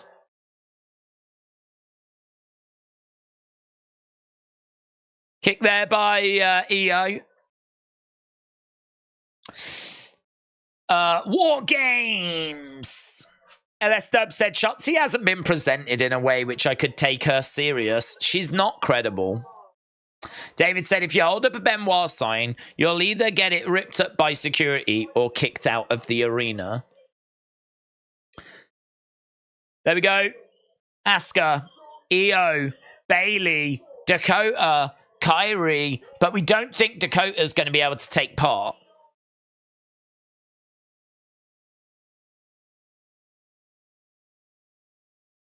So that means we might need one more person if it's going to be 4-on-4. I don't know if it will be 4-on-4. We might need another for the heel team if it's going to be 5-on-5. And there we go. Legend Killer said, Days, my sign is John Fury loves the Saudi Arabian people. He does. Well, he loves Saudi. I don't know if he loves the people. He probably does. I think he loves everything. Right, let's do a text poll. Feel free to put your scores into the chat. What did you score WWE Smackdown? I thought it was a good show. Stupid wrestle votes. Stupid wrestle votes. They're a good source, but they ruin wrestling. All time. Great. Good. Okay. Bad. I think that's going to be a real positive one because I mean you had the LWO split up at the start. Do you know what, right? Going to say something controversial. Have we just had a banging episode? Because for the first time in a long time, they couldn't just simply rely on John Cena being there or Roman Reigns being there. Is it a case that we get bland shows because they know if Cena's there, people are going to tune in? And they know if Roman's there, people are going to tune in. Well, if you don't have Cena or Roman, you got to work that little bit hard to actually put on a good show. And it can't be a coincidence. We have no Cena. We have no Roman. We have no bloodline really at all on this show. So all of a sudden, we've got to find some way of making this show interesting. And we've put on a really solid episode where the LWO have split up. We've had real progress with Damage Control. Matches were pretty good. The segments were pretty good. You know, I think we've delivered a great episode there. Well, great might be a bit harsh, well, a bit high praise, but I think for me, I'm in the 7s. I think I'm like 7.25, 7.5 type rate. I'm not in the 8s. I'm not in the 8s, but there was some really good stuff on this show. 2 hours absolutely flew by. But maybe part of it is because we haven't got that star power to rely on. And so we have really dug into having to, like, you know, put on a banging show. 7 for me said King Kinshasa. 7.5 said Dante. 5 members of Damage Control. I think Bailey next week will get thrown out, says Darren Guy. Theodore said people are giving this SmackDown a 10. Grant said 7, but I don't know. Could have used some dancing. Grant, shout out to you, man. I hope you're well. Brian said 7. Tom said 8. It was a good show. Officer Clusternut said 7.5. Ninja Mountain Kitty Tryhard says Days SmackDown was a 9. Blue Shirt 819 says 8. Andy said 9. Green said it's a 9 for me. Joe says a 9. LS Dub said, I think the dial was turned up on some angles tonight. The crutches of Cena and Roman have been thrown out, and instead of relying on them, they relied on meaningful progressions in stories. I think there is something to that. Daniel said 9.25. Q the Like Knight said 7.8. Victoria said 6. Fred says 9. Bailey will leave Damage Control, said Darren Guy. Trey said 7.35 for SmackDown. Hayden said 7.5. Arbora said 9. George said it's the best SmackDown we've had in a long time. My sign would say I want Cinnamon Toast Crunchy. Justin said, who's ready to move this party to Rampage? I didn't think so. Mitchell said, I'm going to go 7.5, no bloodline, women's focused episode, and a Santa's turned. I could even go 7.75. It's Anarchy said 5 pyros out of 10. Kyle with an 8. Alex Bliss Gamer with a 9. What was that? 5 on 5, 5x5. If it's 5v5, it'll probably be Becky and Jade to join the faces. 4 on 4, it will just be Becky, says Maca Rice. Damage Control versus Team Bianca at Survivor Series, says Tyler. Let Him In says 7. Theodore said it felt like a 1-hour show. Arlene said 7 pinto beans out of 10. That's fun. Travis said 7.9. Legend Killer said 7. Inside Out and Again said EO's English is better than Asuka's. This will help Asuka. Tom said it did feel like a short show. Mr. Quake said 8.5. Sonny said 9. Andy said 9. For LWO Carlito Santos Array Drama. Said every story progressed and it held my interest. It's good. Bailey's booty was a 10, said King Yeti. I think we can agree on that. Harry says 9. I know it said 7.85. My sign, I'm just here to see if I can drink Zelina's spit. Ugh. I don't know if that's being kept up. I don't know if that's being taken away. It's creepy. I know that. Kyle said, Days, I'm making a new YouTube video for my channel. It's called Roman's Rise to Success. Can I send it you on Thursday? Thank you for the advice. Sure. Yeah. I'm around on Thursday. I would say upload it, obviously. But yeah, put loads of work into it. As much work as you can into it. Make it as informative and as compelling as you possibly can. Darwin said 7.7. Serious Gaming said everything else was trash. The ending was great. I'm glad that Damage Control is finally progressing. That's true, actually. Damage Control have felt like they've been spinning their wheels for a little bit. It has felt like we have been kind of not moving forward too. I know EO won the title, and I know that Dakota's been injured. But really outside of those, this year is sort of, last year we introduced them at SummerSlam. Then they got involved in that feuds, and we had War Games, and they were feuding with Becky, and it kind of felt like they were new and it was interesting. And then this year, it's sort of at times plodded. EO winning the title was a good step forward, but then Dakota being out of the picture has been a bit of a step backwards because it's limited what we could do with the group. So, yeah, I mean, look, what we're doing now is brilliant. With Kyrie coming in and how's it going to work with I still want to see some looks, though. I know that Kyrie says, I forgive you, but that doesn't mean that we should not still have Kyrie, giving Bailey some dirty looks and Bailey just... Do you know what I mean? What are you looking at me like? What's this? What's going on? I still want to play on that. Even if we're not going to take it anywhere, I still want to play on that. So hopefully we will still get those things. Tyler said Survivor Series War Games has been 5 on 5. Oh, we only had it last year. So judging on last year, yes, but War Games matches...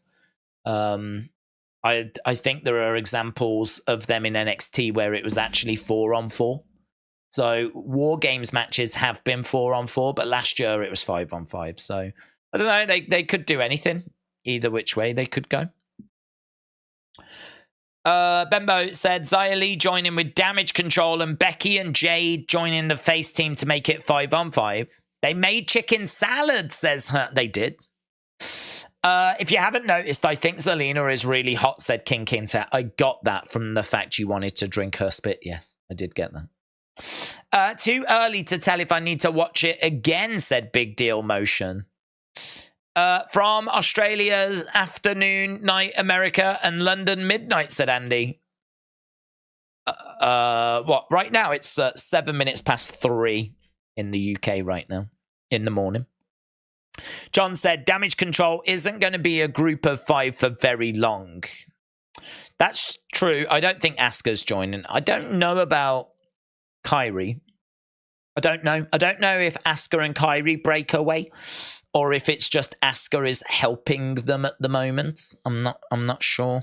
Because the thing is, whilst Dakota is out injured, Damage Control probably do need a replacement to take them back up to 3.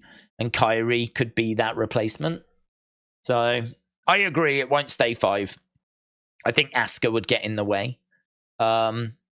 But I think they'll do that for Survivor Series. And then Asuka will break away. Does Kairi go with her?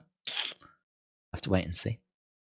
Russell Andy said, who will... I can't see it. Oh, who will win the Jiri Alex fight? Good question. I think that Jiri has got the better ability. I think that Alex has got the harder striking. I think on the feet, Alex should get the better of Jiri, but Jiri's got a bit of a better all-round game. I suppose in a way it's a little bit like the Adesanya fight. So that ended 1-1, didn't it? Didn't they get 1 win each in that? So Alex won 1 and Adesanya won 1. So this is going to be similar. So it's hard to say because I think if they fight 10 times, it could be 1 wins 6 and the other wins 4.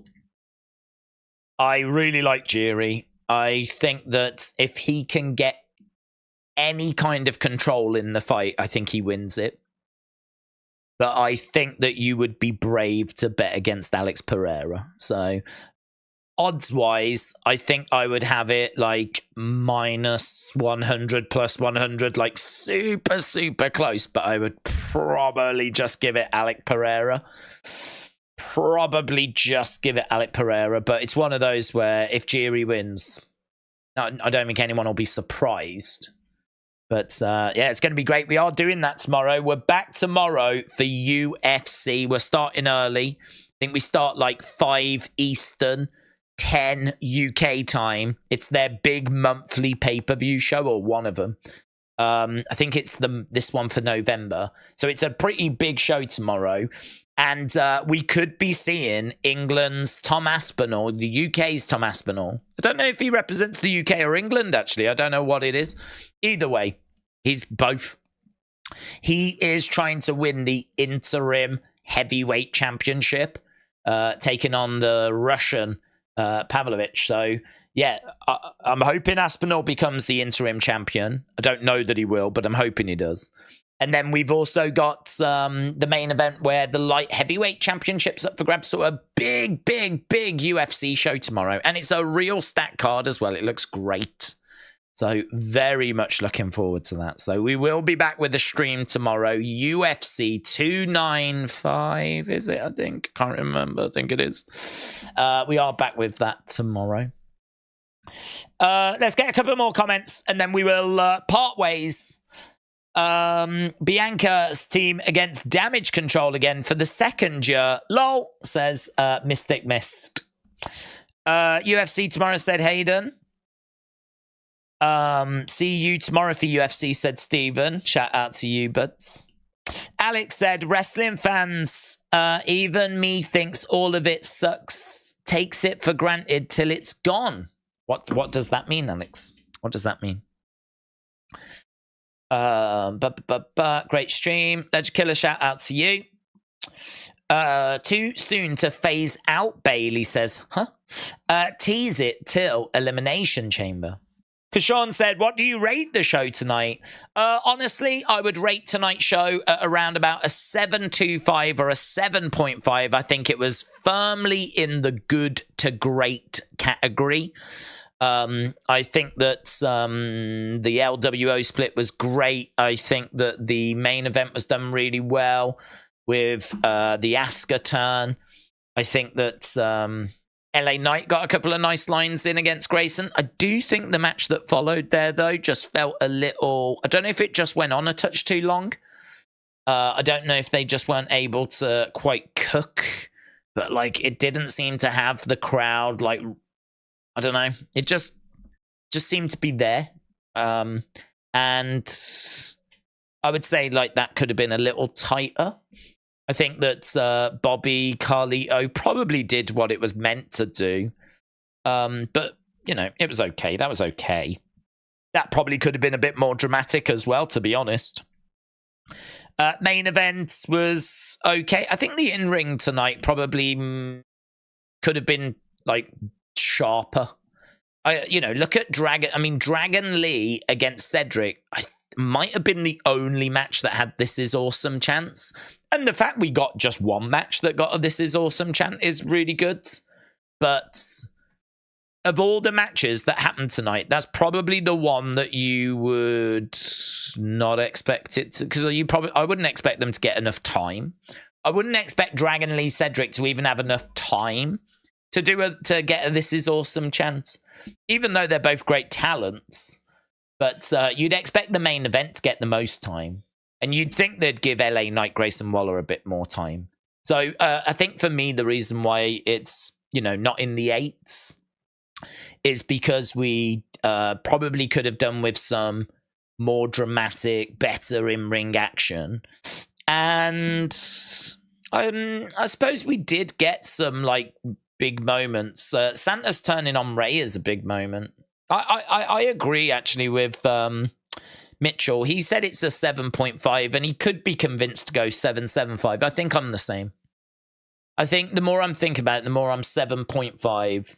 And, it's one of them. If I was to go out for a drink with someone that was adamant that this was better and it was 7.75 or an 8, if they was to buy me a drink, put their case forwards, and we were, I was to listen to it, I could be convinced to go to a 7.75. Yeah. I think it's a really, really good show. I agree. It's one of the better Smackdowns I've seen in a hot minute. It really is. I think it's one of the better shows. So let's end our poll as well. And we have got pizza.